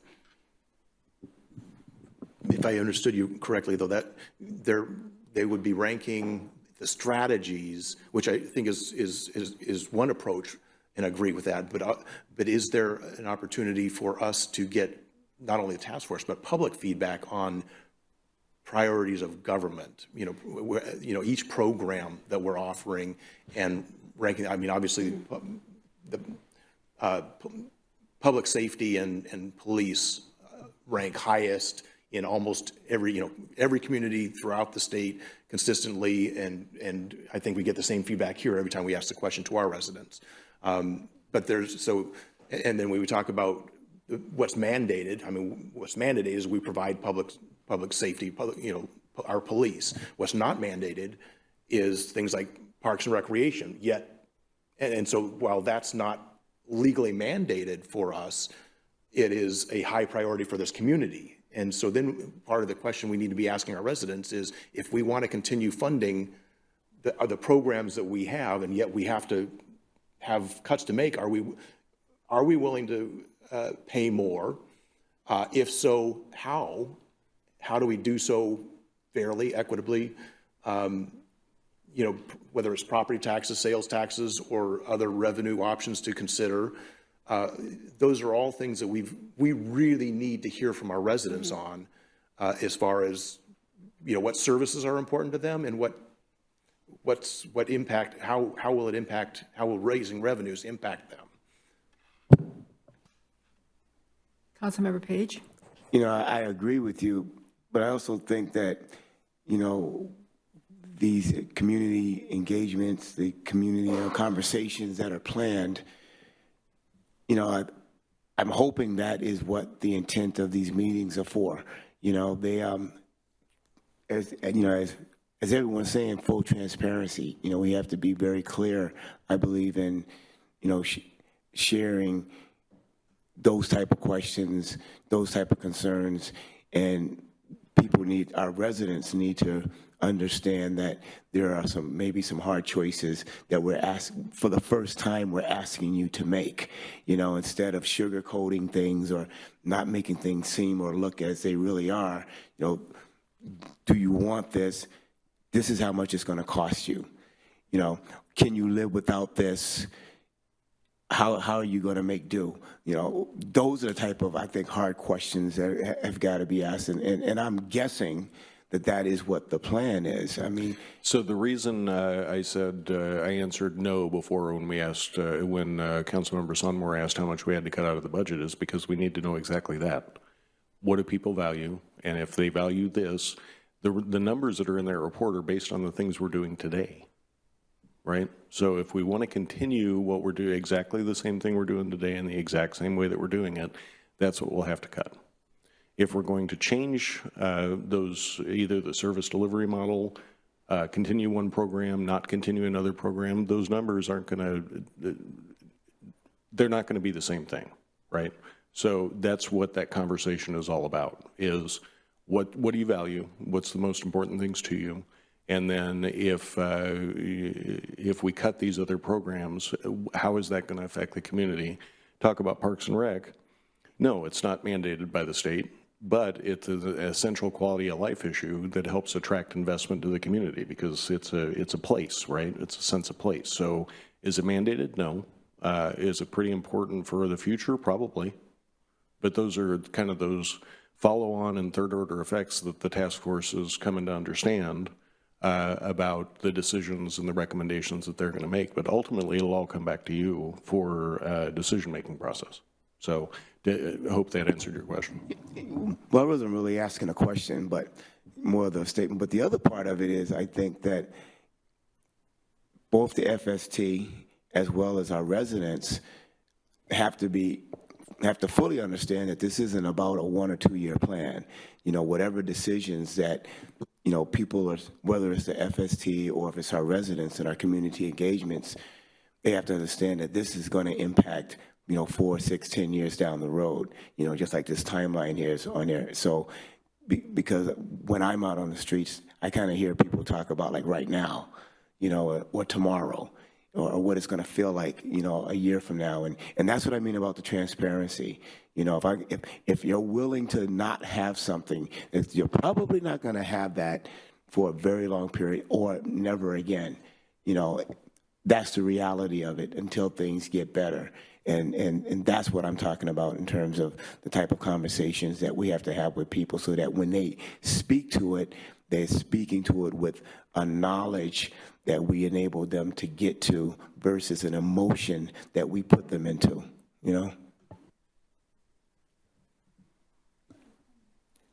Amen. Okay, go ahead. Yeah, I just wanted to address the public engagement just a little bit since a couple of you brought it up. So first of all, as far as reaching different groups of people, we were thinking about having one in person and one totally online so that people have, don't have to leave their families or it's just a little easier for them to access.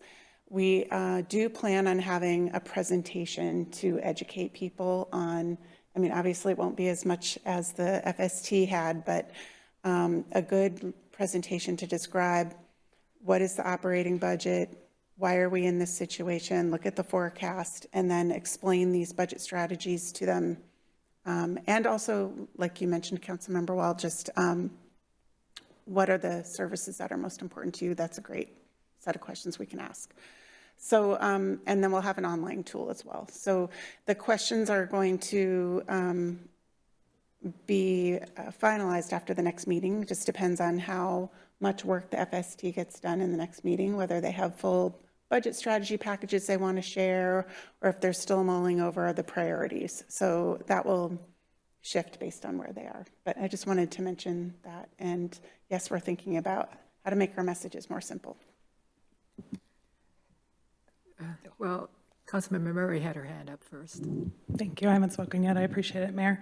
I guess I feel like we're getting ahead of ourselves a little, and I guess I want to just gut check that with everybody else here.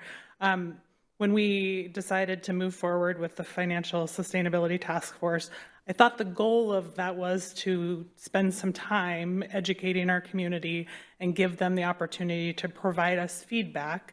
And then we went back to the table because I think the community engagement wasn't part of it initially, and we knew that that was an important piece of it. So we went back and added that. Like, I'm not here to speak on specific strategies tonight because I thought we were just getting an update on the process with the goal of hearing the Fiscal Sustainability Task Force, hearing the community through these community engagement meetings, and then bringing that back and having a substantive conversation once we better understand where the community is at. Because I think, to Councilmember Page's point, I don't think we've heard from them, at least in the 6 years, almost 6 years I've been on council now.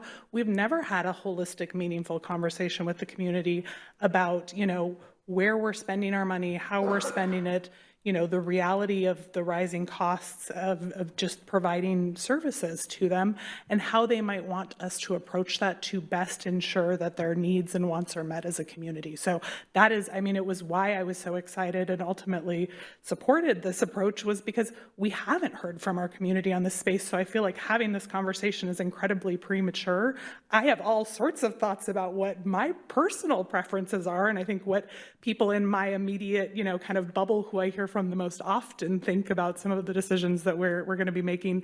But I really think it is critically important that each of us hear more holistically from our community before we dive into some of these things, because that is, we've talked again and again about how important community engagement and feedback is, because our lived experiences and perspectives are not everybody in our community's lived experiences and perspectives. And so I guess I am excited, maybe excited is the wrong word. I look forward to having the conversation about how we move forward, because I think it's critically important, and it is critically important not just for today and the next couple of years, but for the long term, I think, success and direction of our city, and to accomplish the things that we collectively want to accomplish.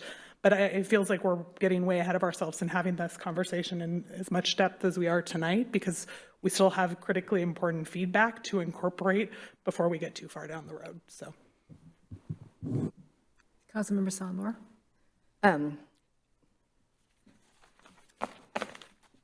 not going to say that because I'm not trying to judge anybody, but one of the things these are volunteers. We sat for 2 hours and 40 minutes with no breaks. Everybody ran out of the room.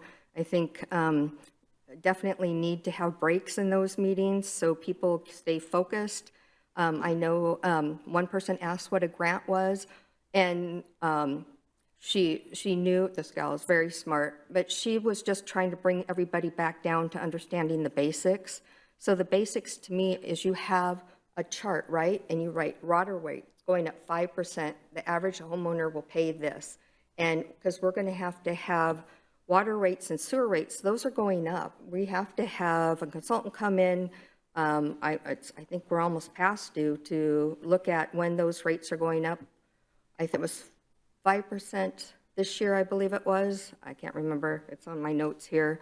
It's a summary from this report. And then you have your water rates, your sewer rates, your property rates, how much the pool, if we do the pool this way, if we do the pool this way, this is how much it will cost you. And then you have to think of other impacts that a state is doing, the cost of gas, cost of groceries, the increase of health care.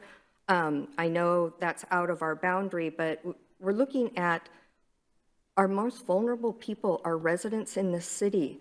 And some people, it's just very easy, well, I'll just pay it. Well, some people just can't pay it. And I have to represent them as well and understand that maybe they're okay with cutting some certain services, okay, but I don't know what to cut.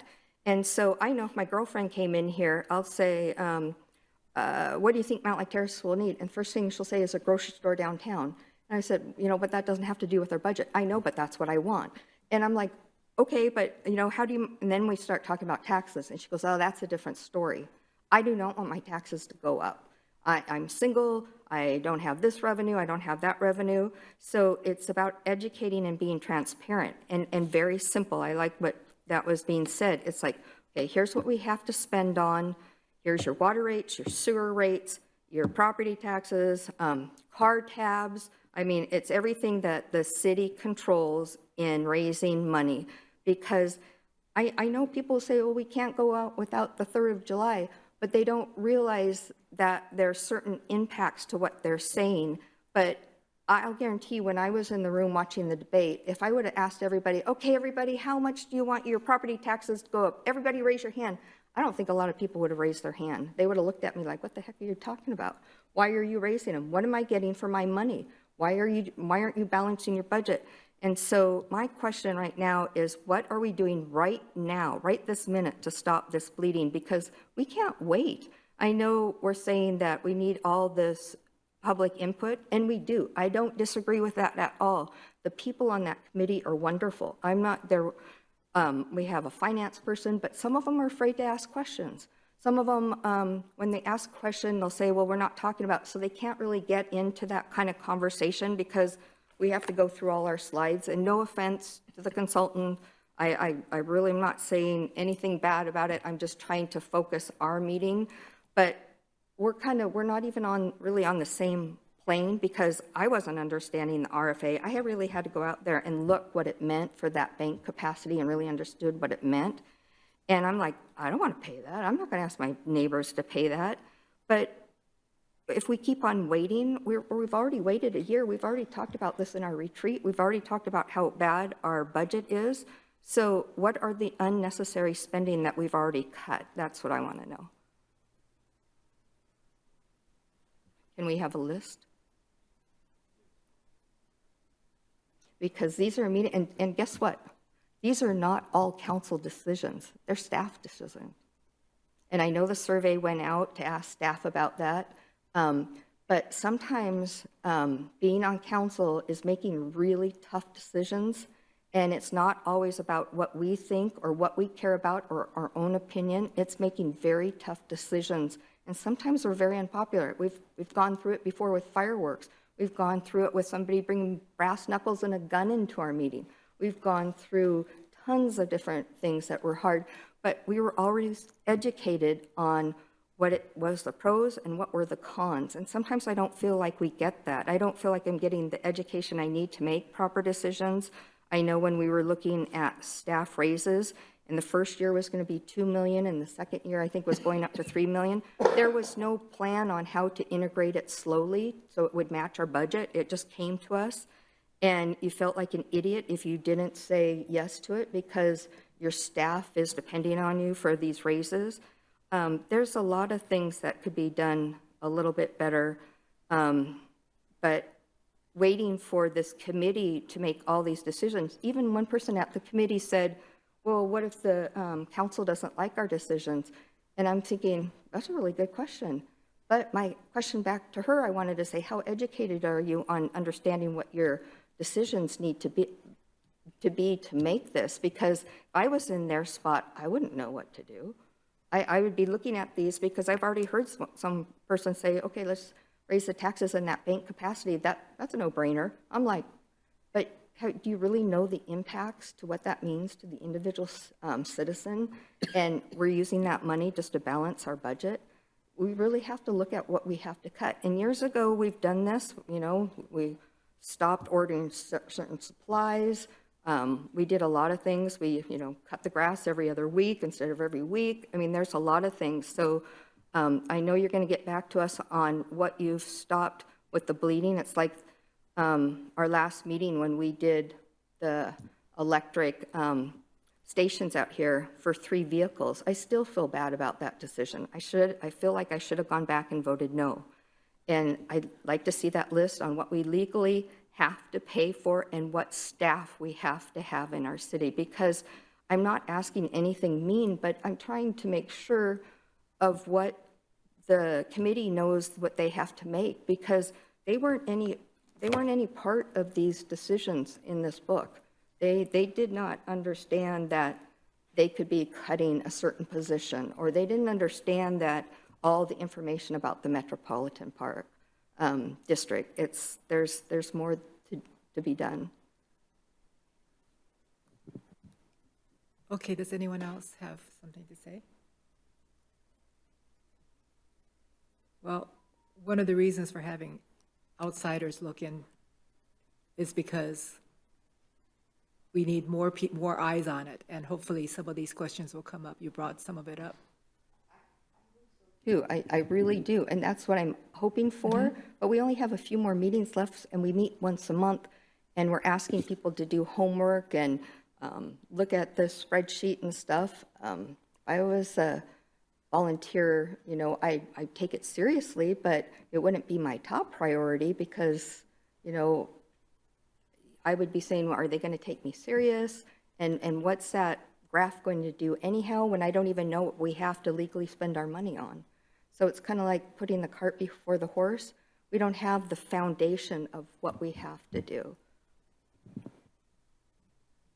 Okay, well, anyone else before we move on? Okay.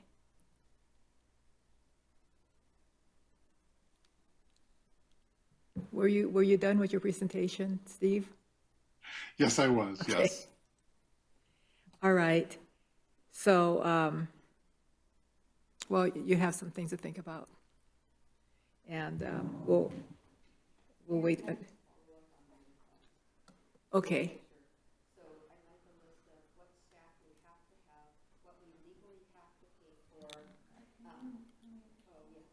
I'd like all of these broken down into a one page and how it affects the general budget and who it affects the most and how much money that would affect the taxpayer. And so we kind of understand what's happening, because some of these things are just a baby fix. And it's, I mean, I could bring back a little bit more, but I'll start with that so the committee can have that information. And they've asked for some other things as well. So more information on the Metropolitan Park and the pool. Okay. All right, thank you. Okay, so if we're moving on, the next thing on our agenda is the city manager's report. Thank you. Just a couple of things, Mayor. Thank you. Just wanted to remind council through the upcoming holidays, we're going to miss several meetings. Thanksgiving falls on a Thursday that you regularly meet, so does Christmas and New Year's Day as well. So the upcoming agendas, particularly starting in November, are going to be really busy. So what I would like to ask is, after you've reviewed the materials, if you have any questions, please let me know what those questions are so we can kind of get those answers out beforehand. I know some of us might like staying till 11. I don't think most of us do. And then the ladies that came and talked to council last week asked about the sidewalks and the crosswalks out here on 56th. Public Works is reviewing those sidewalk where the panels are lifting up, and also the crosswalk, how we're going to do that, and take out some of the mid-block crosswalks that are already there, the ones without lights. We want to make sure that that area is safe. We're looking at ways to make that happen. Lastly, the Ivy League is going to be out in Veterans Park on October 25th, and they're going to be removing invasive plants from the trail area where we're going to be planting our native species as part of the trail project, and that's going to happen pretty much immediately right after the Ivy League does their work, and we really appreciate it. That's all I have. Thank you. So the next meeting is October 16th, and the agenda Did they have it on there? Because I don't think I saw it earlier. Yeah. Okay, so does anyone have any questions on the agenda for next week? Mayor, I did want to mention on that agenda for the 16th, you have a review of personnel policies. We've pulled that off because WCIA is offering a free review of our policies by a labor attorney. So we'll pull that off. We'll bring it back to you after that review is complete. Okay. So next is council comments. Sorry. Oh, I'm sorry. Go ahead, Mayor Pro Tem. Thank you, Madam Mayor. Just a reminder that I will not be at the next week's meeting because I'll be at the Snohomish County City's Yes. event. So please excuse my absence. Okay, so council comments. Does anyone have any council comments? Mayor, Councilmember Sonmore. Thank you. My additional request, I remembered it now. I'd like to understand the amount of what we spend on employees each year and how much our staff cost has increased last year, this year, and next year. But also, I just wanted to point out, we always say that our city is safe, and I really do hope it's safe. And I know a lot of people have been commenting on what I say about safety, but Mountlake Terrace is in between Everett and Seattle. We are split by I-5, and we know drug trafficking and sex trafficking go up and down I-5. Periodically, we get a lot of information about what's happening with that. I'd like to say the police report ending 9/23/25, the patrol said it had 397 incidents, 4 arrests, several verbal domestics. There was a disturbance at a basketball game. Animal control was, injury animals. I know there was a house fire recently, harassment complaint, fraud complaint, domestic assault interventions, 2 people slumped over with drug-induced, I don't know what you would call it, stolen wallets, theft. They assisted Breyer and Edmonds. They did a hit and run. Another domestic violence resulted in jail. Subject walked into a residence, just walked in. The police responded, intoxicated juveniles, DUIs, burglary, multiple shoplifting, a stolen bike. This one is horrible. Child Protective Services, I hate reading whenever that one pops up, and then they recovered a stolen vehicle. So I just wanted to put that out there. Did we have a suicide? Oh, okay. That was like last week? Yeah. And the duplex fire, I got a notice on that one on my Ring because it was like within a block or 2. Mm-hmm. So was it in the duplex cul-de-sac or was it in Melanie Lane? I believe it was in the cul-de-sac. I got a report on that, but Oh. I'll forward that to you. Two blocks from you. And we had somebody also run into a woody walk-up with their car and ruined the structure of the staircase going up Oh, to that's their- right, that was in. That one I Mountlake was Terrace. surprised about. Yeah. Well, I was going to just say, at least we don't have to sell a park. Because another city is looking at that too.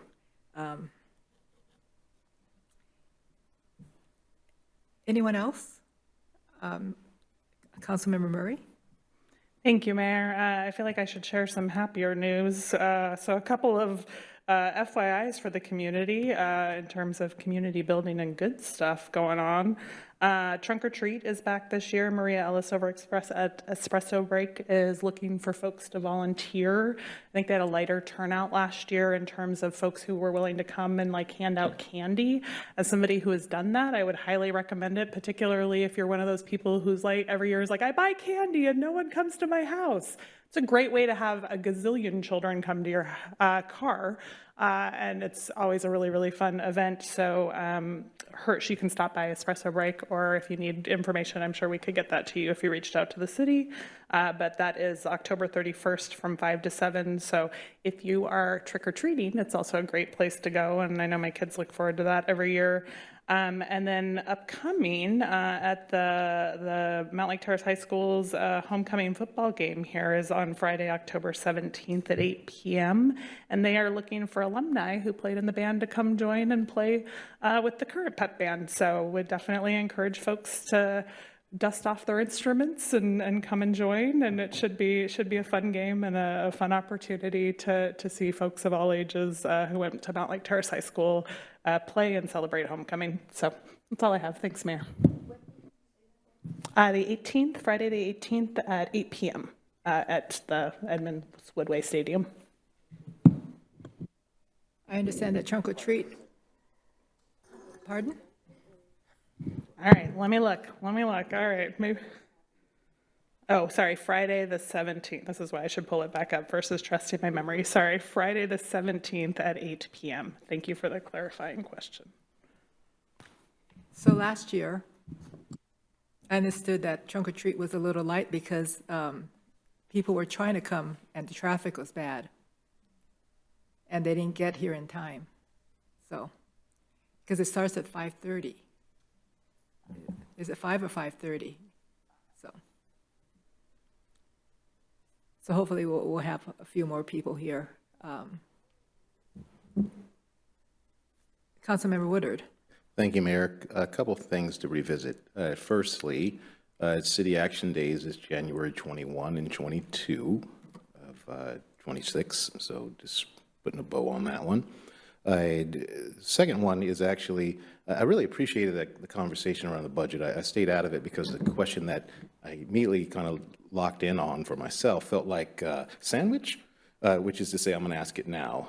It was an interesting comment that I just heard, and it made me go, this is the second or third time I felt like I'm doing this job wrong, because I heard Councilmember Sonmore say she sat quietly and actually referenced the location. But the way she phrased it was a negative. And I thought to myself, well, that's weird, because that's exactly what I do when I was the liaisons, is I would sit there quietly.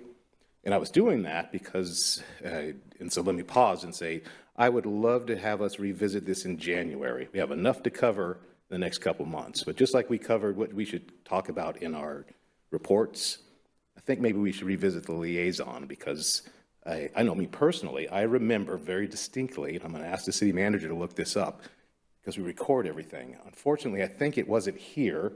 I think it was at the other site. But when we created the DEI Commission, our Honorable Mayor Pro Tem, Doug McCardle, at the time, gave a impassionate, is what I would say, that's how it landed on me, why I remember it, description of what a liaison should do. And I just want to revisit that, because I remember everybody nodding, and I remember me thinking, well, that was interesting, I've never heard that before. So I adopted it as a nod as well, and I'd like to revisit it, because I think maybe two of you weren't here, and it'd be good just to revisit that, because I have been operating from that from day one. And I will say my evidence of that would be every DEI, they would ask me a question, and I would withhold my expertise. Literally, I would tell them, can't do it. I've been instructed not to influence you. So that was a different city manager, perhaps, but nonetheless, I'd like to revisit that, because again, this year in particular, I have been just very much educating myself on things that I have taken for granted, that this is how we would do things. And now I'm like, hey, here's another one where it just surfaced. So I'd love that in January. I'd like for the city manager to find that. It's got to be recorded. I know it's recorded, so I'd like you to find that for us, print it out so we can read it, and then we can have that as at least hey, this has been influencing someone for the last 4 years, 5, so I would like us to read it for no other reason than I've been operating as it was a contract, because everybody went, yeah, yes, we agree, yes. So that stated, I want to make sure we're all on that same page so we know, how are we supposed to operate as a liaison? Because I absolutely withheld my expertise, and now I question whether or not I should have been doing that. So moving forward, second one is Aaron and I finally had a chance. I'm trying to get my notes here. Their job. It's nothing worse than writing, and you're like, I can't even read my own damn handwriting. I really can't. I was like, what does this say? We have, sadly, health and other reasons, we are not where we wanted to be, which is the best way to say that, but here we are. We have Councilmember Aaron and I, Murray, and I have met with GMP Consultant, who we worked with last year. So switching gears completely. The thing I wanted to talk about is I believe we have a contract, at least in the works, to do the city manager's evaluation. That's what I'm looking for, sorry. And I'm still getting over flus and stuff, so I'm kind of like, I'm all over the board here, but I feel like I'm following my train of thought. I'm telling you that because we all agreed to finish this before 2026. And that's in the context, yeah, I hear you. Everyone should look at us this way, but we were all there, so here we are. That said, 2025. thank you. I was going to say, I don't want to, well, yeah, anyway. So yes, fair enough. So contractually, we say 2026. That's a we, because it was our contract. So nonetheless, and here we are, we just heard we have a lot to do. I've looked ahead and seen that we have a lot on certain days to do, which would mean we wouldn't be able to do an executive session, which is my way of just saying, as planting a seed today, maybe we can figure this out, because again, this is just acknowledging the window of time that we have, where we find ourselves, and we've talked with the consultant about our limitations with the number of meetings we have, but we would like to consider, for the first 4 years on council, we met, in my time, 4 years on council, we met Mondays and Thursdays, which is just my way of saying, if we cannot find a Thursday, we would like to entertain the idea of having to meet on a Monday, a special session, or whatever you call them. Exec session, thank you. Hopefully we don't have to go that route, but just looking at it realistically. Like, how do we do this and still be meaningful? Because the last thing we want to do is perfunctory, right? And so in that regard, we want to do our best to protect the integrity of the process, not feel like, oh my gosh, we better hurry up because January is coming. But at the same time, kind of recognize we have a lot going on. So this is just a balance. So it's just my way of saying, please have grace with us. Here's where we find ourselves. The last piece, and this would be the last comment, which is a little kind of like, well, it's timing and ironic and fitting at the same time. Although we've been talking about community engagement, and again, I appreciated that conversation about how we're getting the word out to people, I do want to pause and acknowledge that our city manager and our deputy city manager has our name and the work that we're doing out on the state level at this point. An article out of AWC acknowledging the Citizens Academy, which is literally about transparency. I just think it's ironic that we were here kind of critiquing whether or not we are transparent or not, but the state is over here learning about how we are absolutely doing our best to bring our residents along with us, open up these black boxes called city halls, and the fact that you're highlighted in that. I just thought, thank you for that, especially in this conversation of how do we tell our own story. Sidebar, but connected. I believe you all received the WASDOT. Basically, it was an advertisement to get people to learn about what's happening on State Route 99. I hope you looked at it, because I had it sent to you because our name was spelled like the football stadium, Mountlake. And I remind you all, that same organization, not a critique of them, it's just not getting to tell your own story, came to us in the beginning to present the map of all the light rail stations, if you remember, and didn't even have us on the map as they were presenting to us. So that's just me kind of reminding us that every chance we get to tell our story matters, and that we're able to do that through AWC right now, which again is statewide reaching. It may influence people, may have them look to us and ask better questions. What else are you doing? I think is all important, so I do want to acknowledge that and just say thank you for that. So all kind of discrete lines, even though I recognize they all overlap. But that said, those are my 4 comments. Thank you. Councilmember Slum, did you want to go first? Oh, I just wanted to mention real quick that Debbie Terry is the lady from GMP that will be speaking with all of you, and she's going to reach out to all of you early next week. So she has your city phone number and your city email address. So if you check those and see, it's she said early next week, so I would imagine Monday or Tuesday. Can I ask who this person is and how much it's costing? Debbie Terry was a finance director and the city manager for the city of Shoreline for many years. She has since retired, and the fee is the same fee as last year's, $4,000. Because in the past, we've had our city manager do their own, so we could have saved that cost of $4,000. We have a packet of what it looked like and what we required in that packet.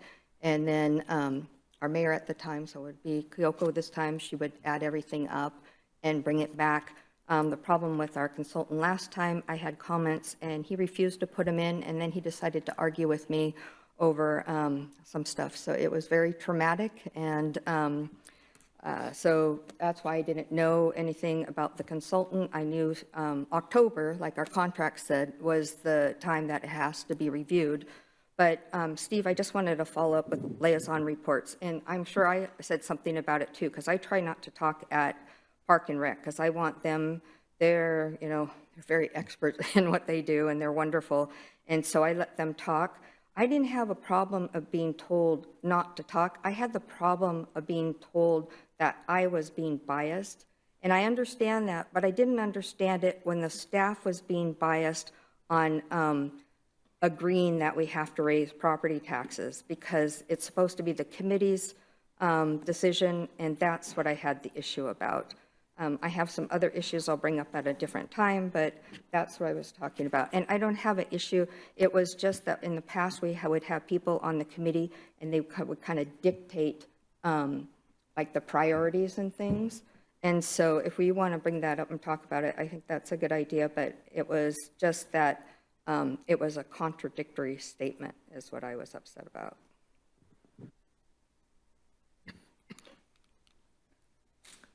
Okay, anyone else? I just want to say that Ann McFarland is retired. She's a parliamentarian for a lot of, well, AWC and so forth. But she is going to be doing one more Zoom, not a presentation, but a class. And I don't have the date for it. If we could find out when that date is so that we can all attend it. Because for parliamentary,